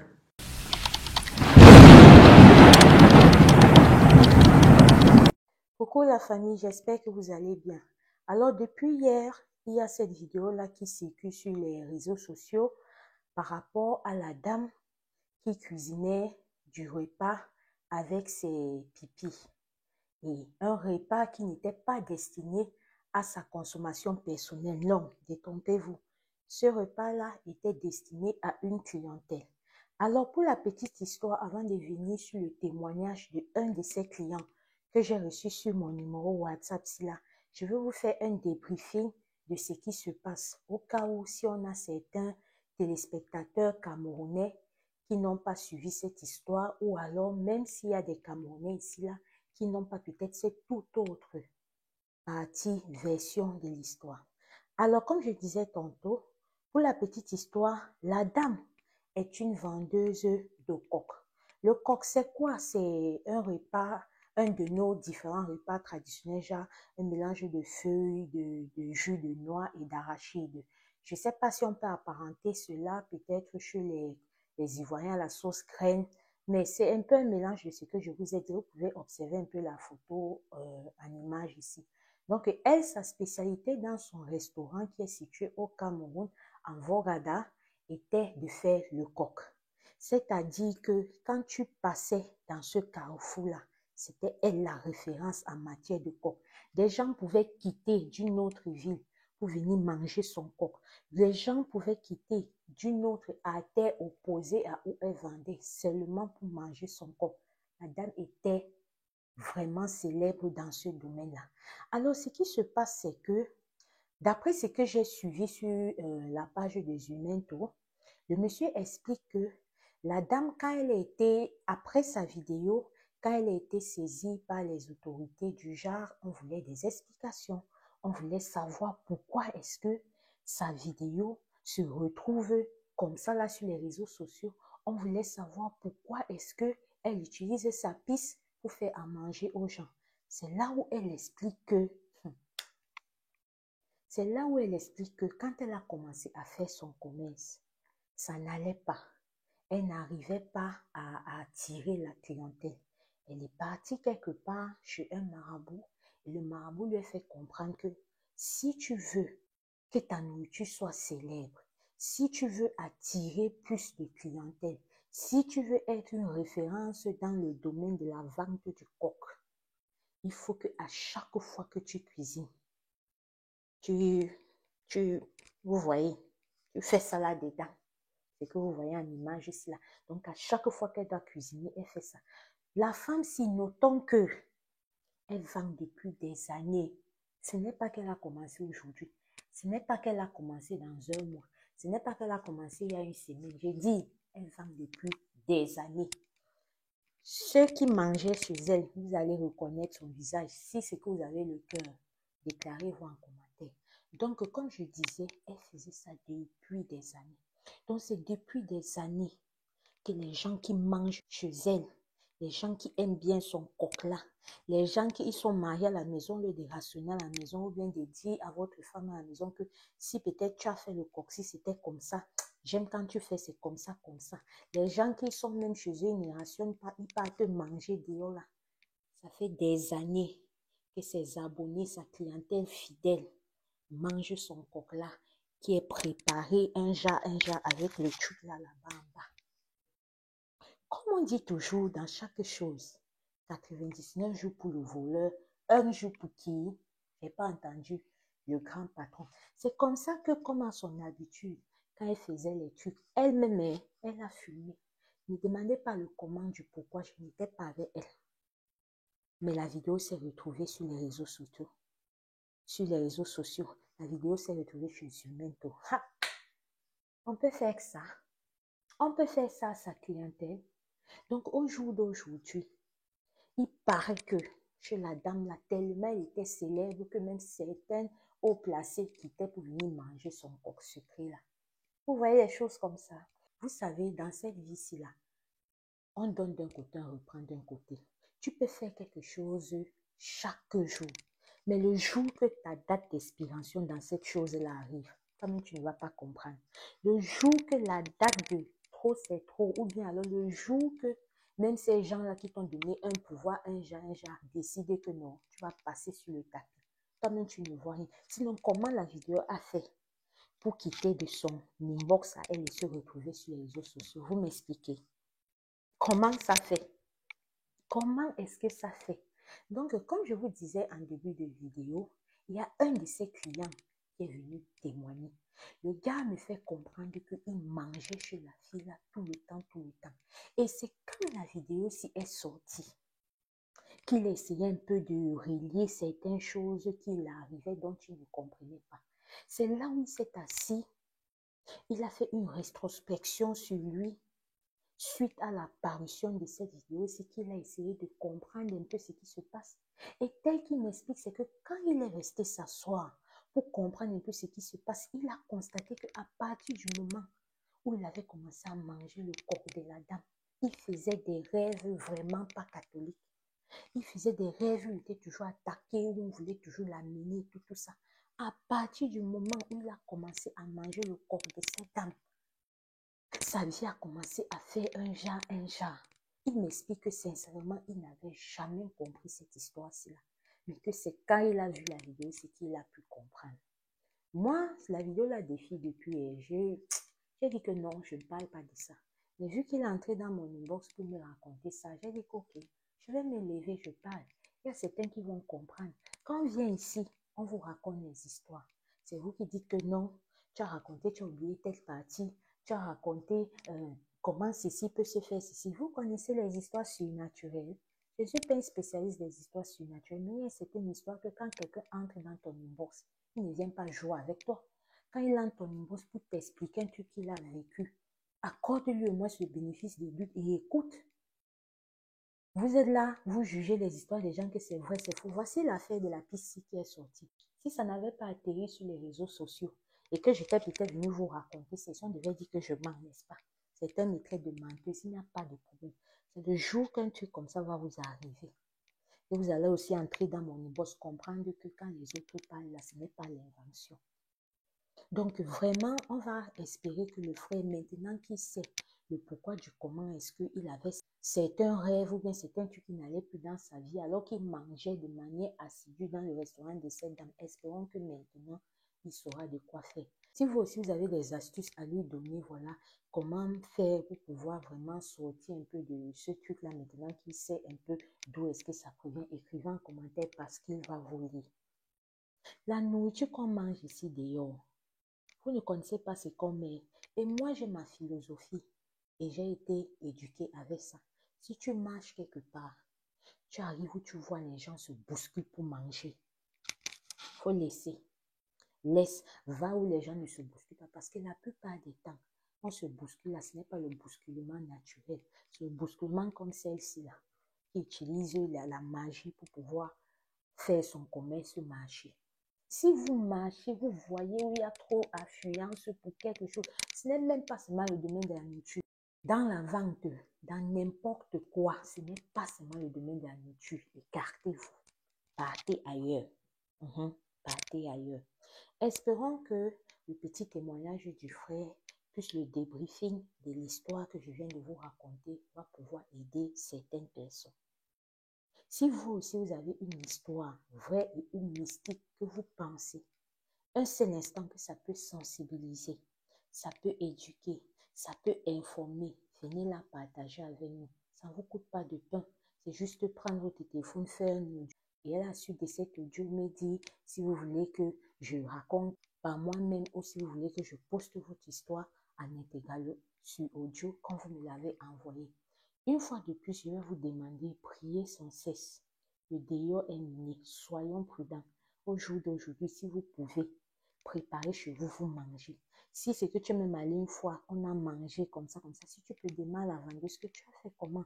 Ton repas là me plaît, elle va te dire, tu peux pas dire à ta femme. Ou si ta femme prépare, tu te rends compte que c'est toujours un genre, tu ne veux pas l'offenser. Tu dis peut-être à une de ses soeurs ou à sa mère, elle va savoir comment lui parler. Si tu n'es pas marié, il y a maintenant YouTube, il y a tout. Tu mets ta petite connexion, tu tapes comment cuisiner, ou même si tu passes seulement sur Google, comment cuisiner les étapes, tu te fais ton repas. Nourriture qui est ici dehors, aujourd'hui c'est pour celle-ci qui est sortie. Il sont encore combien d'autres que pour eux vont sortir? Au revoir la famille, je vous remercie à tous ceux qui vont jouer le jeu de partager, de liker cette vidéo. N'oubliez pas d'activer votre cloche de notification pour ne manquer aucune de mes publications futures. Prenez soin de vous, le dehors est miné. Merci. Allô, bonjour, bonsoir, tata, selon l'heure à laquelle mon voice vous parvient. Déjà, je tiens à vous remercier pour tout ce que vous faites pour les jeunes, mais particulièrement aussi pour l'Afrique en général.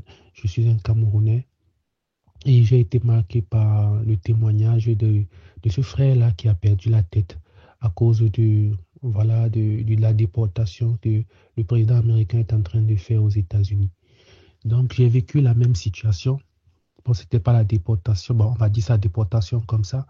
Je vais faire, c'est pas un long voice que je vais faire, c'est juste pour donner juste une petite histoire aussi, pour corroborer ce qui se passe. C'est un phénomène qui se passe un peu partout. Donc, moi, en tant que footballeur, voilà, mes amis et moi, on était dans une équipe de football où le monsieur était franc-maçon. Mais on ne savait pas. On ne savait pas que le monsieur était franc-maçon. On continuait à jouer dans son équipe de foot, normalement. Mais on faisait des bains bizarres. C'est-à-dire, on se lavait dans la nuit. Et le matin, comme ça, là, pour certains, ils étaient très fatigués, moi y compris. Ils étaient très fatigués. Et lorsqu'on arrivait sur le terrain, on n'arrivait pas à s'imposer. On n'arrivait pas à être bon. Et c'est comme ça qu'ils nous insultaient. C'est comme ça qu'ils nous marginalisaient. Alors, le moment est venu. J'étais aussi croyant. Pas que je suis croyant. Beaucoup en Dieu. Mais je n'étais pas pratiquant. Je ne pratiquais pas vraiment ma foi, en fait. Alors, chaque fois, quand j'étais avec le monsieur, je me sentais toujours enfermé. Donc, je faisais des rêves où le monsieur m'enferme dans son véhicule. Alors, j'ai parlé à ma tante. On était encore au Cameroun. J'ai parlé à ma tante que je fais un rêve où, voilà, mon président de club, il m'enferme dans sa voiture. Qu'est-ce que ça veut dire? Mais elle m'a répondu que je suis léger, que c'est parce que je ne prie pas, je suis très léger. Alors, je me suis mis à la prière. J'ai commencé la prière. C'est comme ça que ça a commencé à le secouer. Alors, il est venu dans un projet. Le projet, c'était d'aller d'abord à Dubaï. Non, c'était d'aller d'abord au Qatar. On est allé au Qatar. Et pendant qu'on était en train de faire les documents, Le visa de tout le monde est sorti, sauf pour moi et un ami. Nos visas ne sont pas sortis. Il a dit que non, c'est parce que nous sommes jeunes et qu'on n'a pas des bons... Nos esprits ne sont pas bons. Que nos esprits ne sont pas bons. Nous, on ne comprenait pas par quoi il parlait par esprit. Et quand il faisait nos bains, quand il apprêtait les bains, parce que c'est lui, on partait puiser l'eau chacun avec son seau, nous les footballeurs. On plaçait devant, on lui donnait, il se plaçait devant les seaux, il commençait à faire des prières. Moi, n'étant pas éveillé, c'était des prières incantatoires. Il faisait des incantations. Nous disait que c'était pour notre protection, pour que les gens ne puissent pas nous atteindre. Or, c'était le contraire. Bon, avec le temps, j'ai compris que c'était le contraire. Donc, c'était entre parenthèses. Donc, pour revenir à l'histoire, nous sommes arrivés au Qatar. Enfin, mes amis sont arrivés au Qatar parce que moi, je n'avais pas eu de visa. Alors, ça s'est passé comme ça s'est passé là-bas. Ils sont rentrés. Le prochain voyage, donc, c'est d'où mon visa sort. Oh, mon visa sort comment? Parce que la semaine-là, j'ai beaucoup prié, ma soeur. J'ai prié intensément. Le jeune homme, c'est pas pour dire que j'ai souhaité du mal à quelqu'un, mais le jeune homme qui était censé compléter la dernière liste, là, s'est fait mal au genou. C'est comme ça que je suis entré dans le vol. C'est comme ça que j'arrive donc à Dubaï. On arrive dans... Enfin, c'est le deuxième voyage, on arrive à Dubaï. Quand on arrive à Dubaï, le monsieur on commence à faire les prières, nous les footballeurs, que non, on veut aller se coucher. Il sort, il était peut-être 22h, 21h, on fait la prière pour aller se coucher. Le monsieur sort. Et quand il sort comme ça, il se fâche. Pour certains qui étaient des catholiques, ils avaient des chapelets. Pour nous qui sommes des évangélistes, nous on priait normalement. Donc, prier ensemble, chacun avec ses trucs, quoi. Donc, il sort, il dit que ça le dérange, que non, il n'est pas content, il ne veut pas ce genre de prière là et tout. Il a coupé les chaînes. Il a coupé, enfin, je veux dire, comment on appelle ça, les trucs des catholiques là, compris avec là, le chapelet, autant pour moi, les chapelets. Il a coupé ça, ça nous a fait peur. Donc, il a demandé à un de nous qui avait intégré, nous on ne savait pas, un de nous avait intégré la franc-maçonnerie avec lui. Donc, c'est comme ça qu'il demande que je t'ai appris comment prier, montre-le. Quand il a commencé à prier, soit c'est leur Jésus, c'était Christianus, un truc comme ça, la Christianus. J'ai décalé, j'ai dit, moi, je ne connais pas ce Dieu-là. J'ai refusé. C'est là où mes problèmes ont commencé. Donc, les gars sont allés faire les essais dans les clubs. Moi, il m'a abandonné à l'hôtel. Avec un autre ami, on était deux, il nous a abandonné à l'hôtel. Alors, les gars qui partaient, nous, on restait en prière, on se lamentait que qu'est-ce que nous, on est venu faire ici à Dubaï. Donc, nous, on se lamentait. Donc, c'est comme ça donc que le monsieur rentre, il nous dit que voilà, on n'a pris personne et que pendant que les autres étaient en train de faire des essais, on était déjà 1-2 semaines à Dubaï. Les gars ne réussissaient pas les essais. Mais il disait quand même au manager là qu'il y a 2 autres joueurs qu'il a laissés à l'hôtel. Ils ne sont pas bons. Donc il parlait de mon ami et moi. Le manager a insisté que non, si tu es venu avec les gars, c'est qu'il faut que tu me les présentes. C'est comme ça donc un jour, comme il dit que bon, on va partir. On est allé jouer, Matata. On a fait un match. Le match là, on m'a fait entrer vers la fin. C'est-à-dire, Jacques, on ne peut même pas bien te regarder. C'est comme ça donc on a fini de jouer, nous sommes rentrés. Et le jour là, le Seigneur m'a fait en sorte que j'ai très bien joué en 30 minutes. J'ai vraiment bien joué. Moi-même, j'étais surpris par mes performances. C'est donc comme ça donc, que nous sommes retournés à l'hôtel. Le manager est venu dans la nuit vers 21h. Il dit, il y a un joueur qu'il a repéré. C'était moi. Il a dit que non, c'est justement le genre de joueur là que je veux. Le monsieur Rosekessel a dit que non, il ne peut pas me donner à ce monsieur-là parce que je coûte cher, je coûte 10 millions. En fait, il ne voulait pas. Il ne voulait pas que je parte. Et comme Dieu est le Dieu des orphelins, c'est comme ça que Dieu doit faire en sorte que mon frère, j'ai un frère qui vit à Dubaï. Mon frère m'a récupéré. Il a dit que non, il ne veut pas que je reste ici. Le président là, le Rosekessel a dit non, il va m'envoyer dans un autre pays qui est en Europe de l'Est. Donc en Géorgie. Dans le Caucase là-bas avec la Russie, proche de la Russie. C'est comme ça qu'on arrive là-bas. On fait les mers. Nous sommes arrivés, on était 5. Les 5 autres sont rentrés au Cameroun parce qu'on était partis 10. Quand on arrive là-bas, en Géorgie, le monsieur nous dit que les 4 autres vont aller faire les tests, mais moi, je ne pars pas. C'est comme ça qu'il nous fait partir les autres. Les autres, ils réussissent, mais on a demandé de partir d'abord dans l'équipe réserve. C'est un peu comme l'école.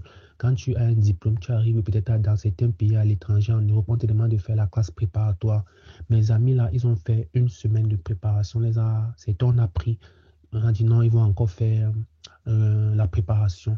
Mais moi, il a dit, moi, je me suis plaint. J'ai dit, Seigneur, si je ne suis pas venu pour jouer, c'est mieux de me faire entrer au pays. C'est comme ça donc que le monsieur m'envoie le même jour. Il me dit, demain, je vais aller faire les essais. C'est comme ça que je peux faire les essais. Tous les plans ont accepté. Les Georgiens ont accepté. Ils ont dit que non, c'est moi qui veux. Le monsieur maintenant m'appelle. Il me dit que non, il faut que j'entre dans sa secte. Il faut que j'entre dans sa secte. Je lui ai dit que je ne peux pas. Je ne peux pas entrer dans sa secte. Et maintenant, dans la nuit, là, il appelle donc le monsieur qui nous garde dans l'hôtel un jour. Il dit que non, que si moi je ne veux pas entrer dans sa secte, il faut qu'il récupère la retour son argent qu'il a dépensé sur moi. Que si je ne veux pas entrer dans sa secte là, c'est mieux, on m'abandonne. C'est comme ça que dans la nuit, je commence donc à pleurer. Je pleure, je pleure. Le Seigneur me montre donc le Cameroun. Il me montre Yaoundé. Il me montre une petite ville à Mbalmayo. Quand il me montre cette ville-là, j'ai compris que le retour était imminent. Et dans le rêve, le Seigneur me dit ceci, je t'ai parlé, tu ne m'as pas compris. Mais maintenant que tu as compris pour ce que je ne voulais pas que tu vives, j'ai laissé que tu viennes parce que tu vas témoigner aux autres que c'est ma parole qui est la vérité. C'est comme ça donc que j'ai dit, Seigneur, que ta volonté soit faite. Si c'est ta décision que je rentre, je vais rentrer. Je suis rentré au Cameroun. Mes amis même ne sont pas restés. Nous sommes tous rentrés. Tellement le monsieur nous avait arnaqué. Donc, on ne voulait pas, on voulait même fuir pour partir même en Turquie parce que la Géorgie, c'est à côté de la Turquie. On voulait fuir. Mais le Seigneur m'a dit non, il faut rentrer. C'est comme ça qu'on rentre avec les pleurs et tout dans l'avion. L'immigration de la Géorgie nous donne 2 semaines. Que si dans 2 semaines, nous ne sommes pas rentrés, ils vont nous rapatrier. Et si on est rapatrié, on n'entrera plus dans l'Europe. On avait mal, ma tante, on a tout fait. On s'est battu pour pouvoir rester, mais rien. L'issue était le retour. C'est comme ça qu'on est rentré en Afrique, au Cameroun. Quand on arrive là-bas, donc, le Seigneur m'a dit ceci qui va me faire repartir en son temps. Donc, quand je vois le frère qui est aux États-Unis là, ça me rappelle vraiment mon histoire. J'ai attendu 8 ans de Dieu là-bas, dans la prière et les jeûnes. J'ai fait la prière et les jeûnes. C'est comme ça que, un moment, le Seigneur a béni. Voilà, une ouverture s'est créée. Aujourd'hui, je suis remonté en Europe et je suis dans le bon Europe. Je fais un bon travail et je suis chez moi. Donc, parfois, on a l'impression que le rapatriement est une fin. Mais selon ce que Dieu dit, qu'il a prévu des plans de bonheur et de réussite pour nous. Donc, je viens pour témoigner par rapport à l'histoire que vous avez dit tout à l'heure concernant le jeune frère américain là. La déportation, le rapatriement, ce n'est pas une fin. Au contraire, c'est le commencement. Parce que l'enfant de Dieu qui prend conscience et va chercher un homme de Dieu ou un pas Dieu, il marche avec Dieu. Dieu va lui donner le meilleur de ce qu'il a perdu. Donc, je vous remercie. Passez un bon week-end. Ciao. Alors, juste pour ajouter sur l'audio du frère, ce qu'il a oublié de mentionner, qu'il me l'a écrit, c'est que le monsieur a eu sa sentence parce qu'il est décédé quelques mois juste après la venue du Covid, de suite de Covid. Ok, là c'était l'histoire du frère. Hein. J'ose croire que si vous êtes allé jusqu'à la fin, elle est vraiment très instructive. Vraiment très instructive. Si toi aussi tu penses que tu as un frère, une soeur, qui se lance dans la voie là et qui peut être soumis ou tenté à ce genre de choses, partage la vidéo, like-la et abonne-toi si tu n'es pas déjà abonné parce que ici là nous faisons un travail à titre de sensibilisation, nous faisons un travail à titre d'information, nous faisons un travail à titre éducatif. Vraiment, la manière à toi de nous encourager, de nous montrer quand on publie une vidéo que vraiment cette vidéo a de la valeur pour toi est de liker, premièrement, pour que même les gens qui nous racontent leur histoire, eux-mêmes, ils voient que oui, ils font bien de raconter comme ça parce qu'il y a des gens qui s'édifient par rapport à ça. Et de la même sorte, ceux qui ont encore leur histoire, que ça peut sauver des vies, ça peut aider et qui hésitent à le faire, en voyant l'interaction, ils vont comprendre que oui, des gens ont besoin de savoir. Ils ont besoin d'être, comment dire, informés. Ils ont besoin d'être avisés. Alors pour tous ceux qui s'y prêtent déjà au jeu, je vous dis un énorme merci. Le travail continue. Voilà, c'est notre mission ici sur YouTube, de pouvoir aider, sensibiliser et informer. Je vous dis à bientôt et bien évidemment un bonjour ou un bonsoir en fonction de où est-ce que vous nous écoutez. Restez connectés, activez votre cloche de notification pour ne rien rater des histoires suivantes. Merci. Famille, quand on dit que le dehors est risqué, et qu'il faut prier sans cesse. L'histoire d'aujourd'hui là, c'est la définition parfaite de ce terme-là. Cette vidéo est tellement bonne à titre de sensibilisation que je vous le demande. 1. Prenez la peine de l'écouter jusqu'à la fin. 2. Partagez parce que vous êtes en train de sauver des vies. Il faut que le salut de quelqu'un passe par vous. Et écoutez l'histoire. Quand j'ai perdu mes parents, parce que j'ai perdu ma mère, j'avais 9 ans, je n'ai pas connu mon père. Et du coup, la vie n'était pas rose dans notre famille. Chacun devait se chercher. J'ai arrêté les études très tôt. Et à 16 ans, j'ai commencé à aller dehors avec des amis. Ils m'apprenaient comment chercher les hommes pour de l'argent, comment se mettre dans la rue pour chercher l'argent et tout.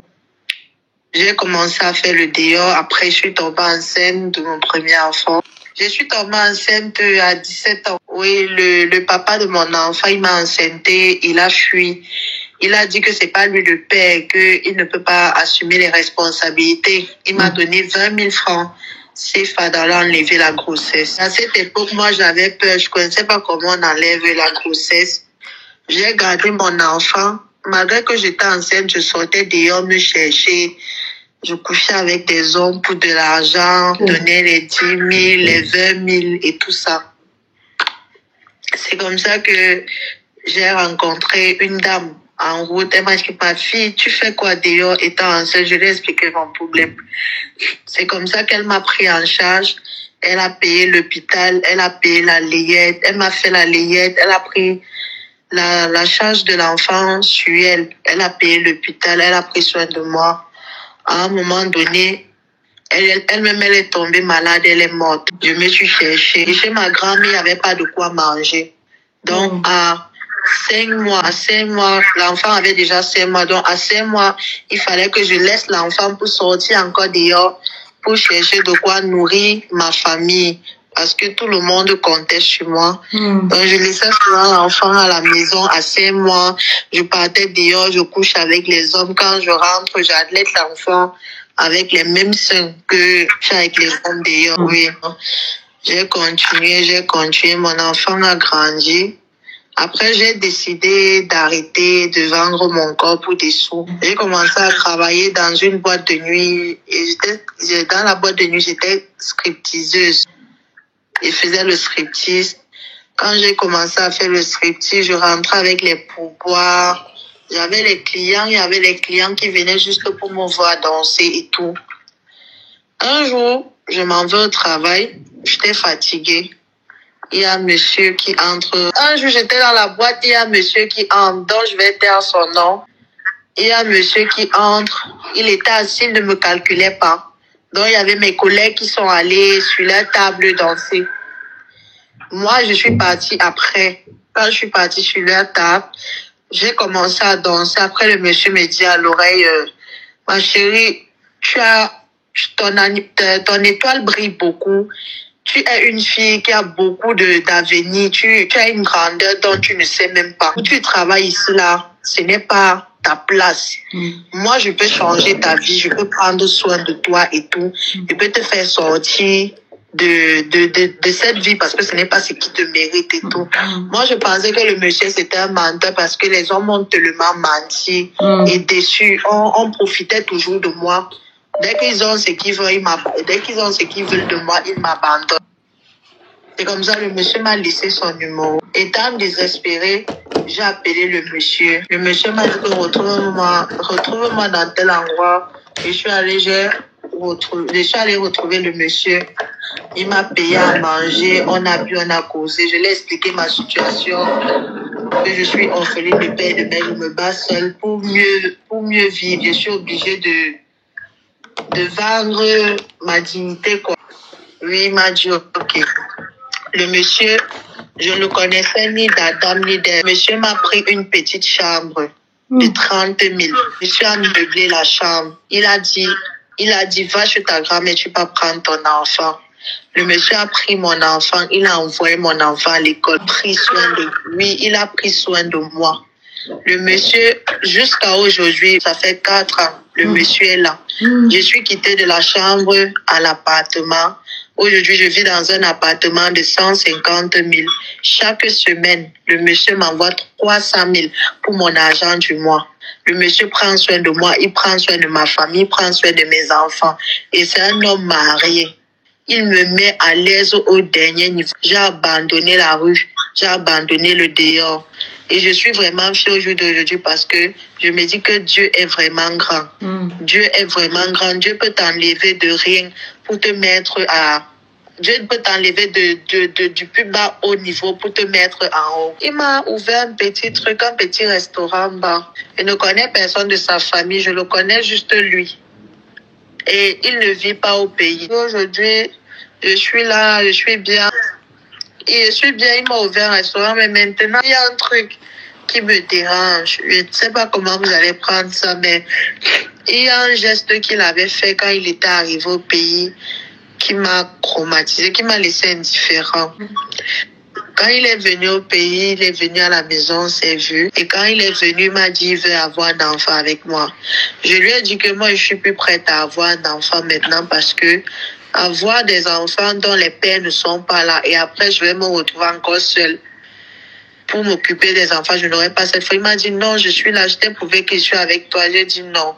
Maintenant, il me dit qu'il veut que je réalise un de ses fantasmes. Je lui ai dit que c'est lequel. Je dis qu'il veut me prendre par derrière. Ma question, c'est est-ce que c'est normal qu'il me demande que son fantasme, de me greffer par derrière? Parce que je n'ai jamais greffé par derrière. Ça m'a traumatisée. J'ai été glacée.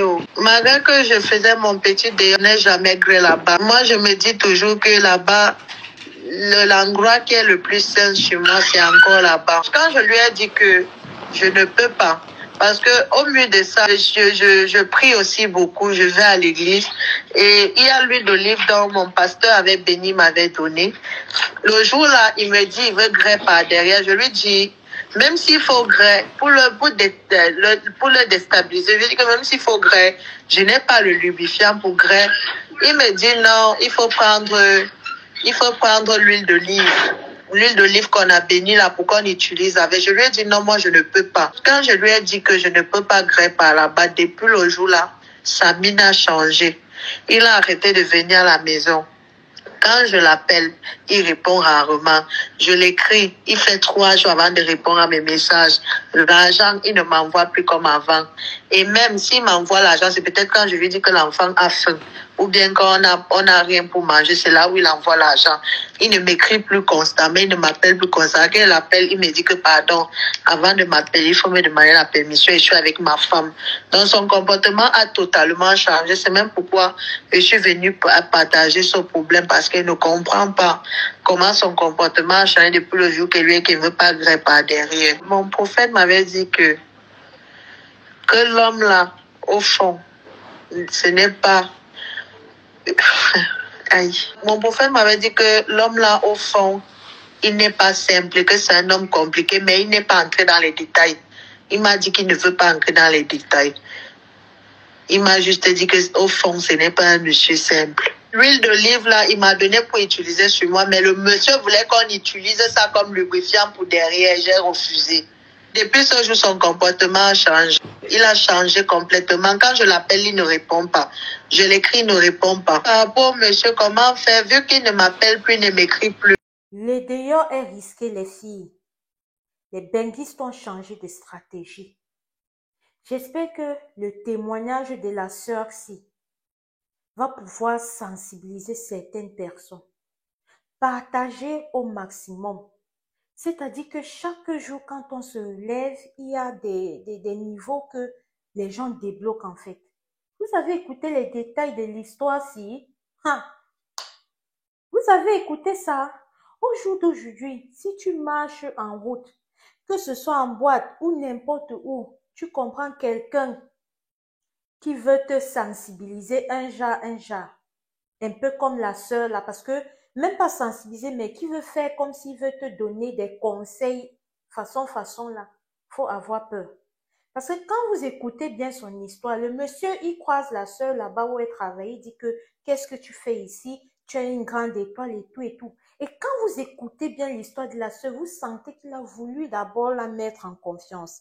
Et après avoir su qu'il a mis en confiance, il voulait demander l'enfant, sachant que si c'était la sœur tombait enceinte de lui, elle devait encore être plus à sa merci. Et il devait alors demander le derrière, là, il devait être sûr à 100% que le derrière qui demande, elle n'allait pas refuser. Parce que tel que moi j'ai suivi, je suppose que vous avez aussi suivi, elle a plusieurs enfants déjà. Et elle ne voulait pas se retrouver encore avec un autre enfant sans père. Et il sait bien ça, vu qu'au départ, elle lui a dit sa situation, vu qu'au départ, elle lui a dit ce dans quoi elle est donc, il voulait utiliser ça pour mieux mettre la sœur à son service et qu'elle fasse ses 4 volontés. Je vous en prie, je ne vous demande pas souvent autant de fois, partagez cette vidéo. Partagez cette vidéo. Il faut que le salut de quelqu'un passe par vous. Eh, Seigneur, on peut faire ça.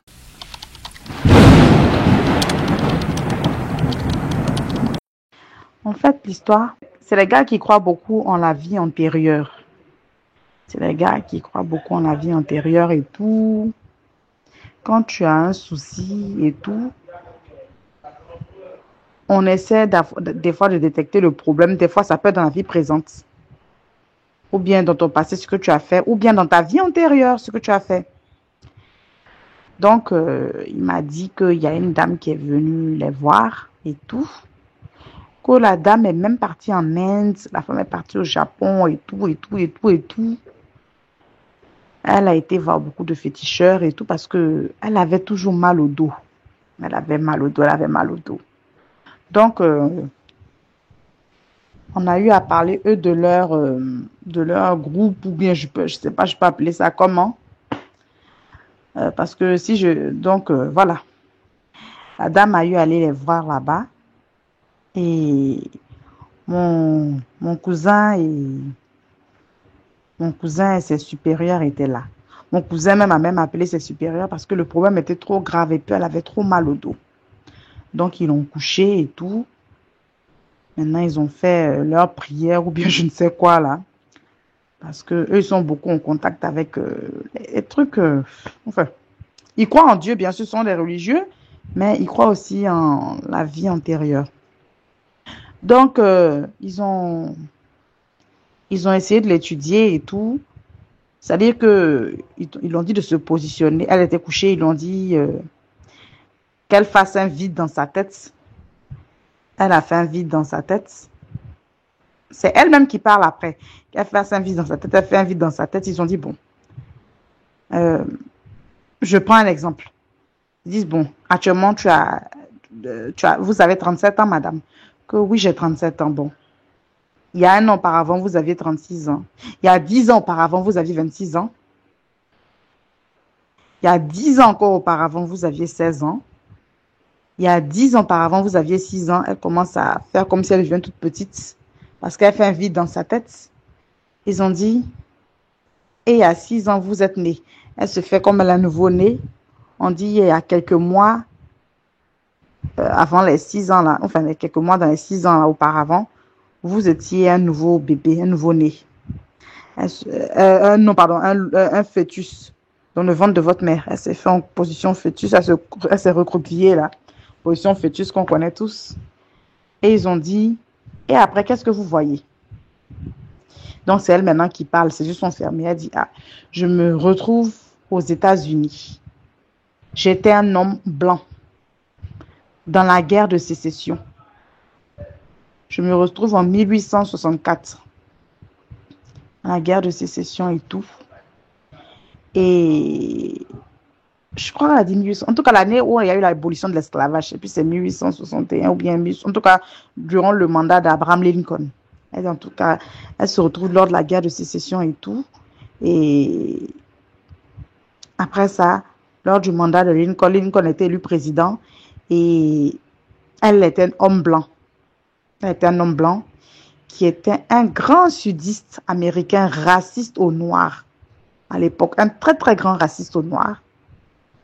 Parce qu'elle a même après dit que je suis raciste, je déteste les négros. Excusez-moi du terme, c'est ce qu'elle a dit, ce que mon cousin m'a dit que je répète. Et je suis une personne hautain, vu qu'elle était un homme, que je suis une personne hautain. Je bats ma femme blanche. Je me crois supérieure aux femmes. Et les négros sont tous des esclaves. Ça me fait mal. Lincoln a gagné. On parle de l'abolition maintenant de l'esclavage. Ça me fait mal. Je déteste ces négros-là. Ils ne peuvent pas remporter. Et que quoi encore? Que un jour, c'est un noir, c'est un de mes esclaves, un de mes anciens esclaves que je ne voulais pas. Enfin, c'est un de mes esclaves, je sais plus si ça dit un de ses anciens esclaves, bien un de ses esclaves. En tout cas, un de ses esclaves, que ce soit ancien, bien que ce soit, en tout cas, c'était un de ses esclaves noirs, un homme d'une quarantaine d'années, qu'il a tiré une balle dans le dos, alors que lui, il était âgé de 51 ans. Et cet homme noir-là, il a tiré une balle dans le dos. C'est ça qui l'a tué. Il dit qu'il ressent la douleur de la balle. Et il est mort. Le monsieur l'a tiré plusieurs fois dans le dos. Il ressent la douleur des balles là. Et puis il est mort. Et maintenant, le Seigneur, pour le punir, l'a réincarné. Non seulement en femme, parce qu'il se croyait au-dessus des femmes. Et en plus de cela, en noir. Et de surcroît en Afrique. Et comme c'est qu'elle maintenant, c'est-à-dire il ou elle, c'est-à-dire maintenant comme elle est une femme, elle a toujours les douleurs maintenant dans son dos, toujours lui portant le signe de sa croix. Lui portant le signe de sa croix. Et que ça, c'est ça qui la suit. C'est ça qui la suit. Voilà. Actuellement, en 2025, voilà. Elle a 37 ans. Donc, disons que elle va avoir 38 ans en 2025 parce qu'elle a eu 37 ans en 2024. Donc, voilà, en gros, c'est pas du tout long. Je suis consciente, mais bon.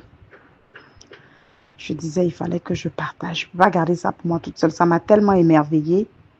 Et donc, ils l'ont dit de revenir après. Ils vont continuer à faire les choses. Je vais même demander à mon cousin, est-ce que ça va passer? Que oui. Et vraiment, son repentir est sincère et tout, ça va passer, la douleur. Mais c'est justement pour qu'elle se rappelle, pour qu'elle reporte sa croix. Et donc, c'est elle-même qui parlait. Quand elle a ouvert les yeux après, c'est comme si elle était inconsciente, elle était en plein exorcisme. Là. Je ne sais pas si je peux dire ça comme ça. Et quand elle a repris connaissance, tout ce qu'elle a dit là, ils ont enregistré sa voix. Ils ont enregistré sa voix, ils l'ont fait écouter. Moi-même, il m'a fait écouter ça. Mais il m'a fait écouter. Donc, voilà. Elle-même, elle n'en revenait pas. Et puis, bon, elle a tout compris. Donc, je voulais partager ça avec vous. J'espère que vous allez bien.